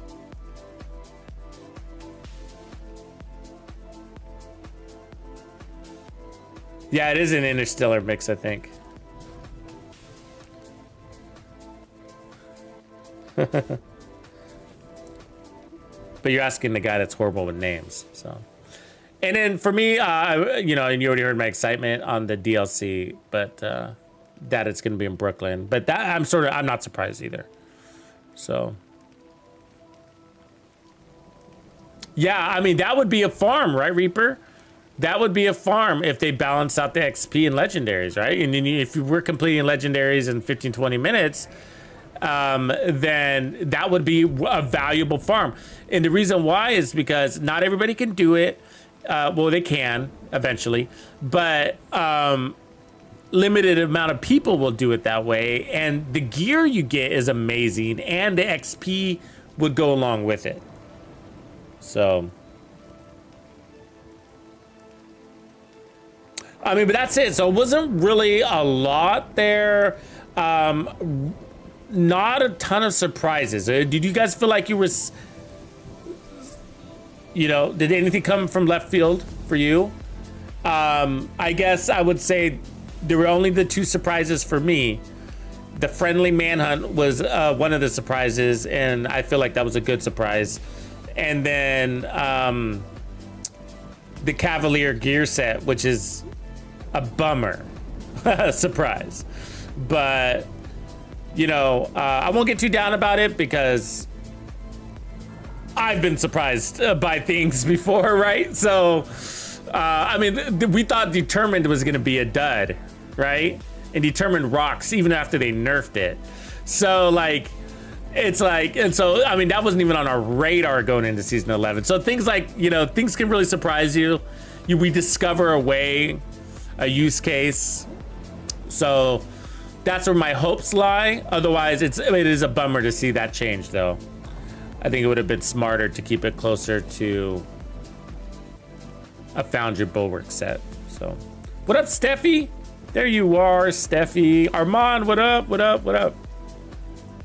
So actually, guys, I am going to cut the stream there. I think we've kind of beat that horse a little bit. So I'm going to post these notes up in my YouTube community notification. So, you know, that old community page. So I'm just going to post this. So just make sure you have your notifications turned on so you have all these notes. And then I'm also going to be launching the Volume 11 Gaming Music playlist. So that will be going live here in a few minutes. And then I'll put up a couple other videos to recap what we just witnessed. Witness me. Appreciate you guys. Thank you for showing up so early this morning as we round the corner into year 5. And I will be streaming first thing in the morning, so I hope to see you guys back. Peace. Tuxedo out.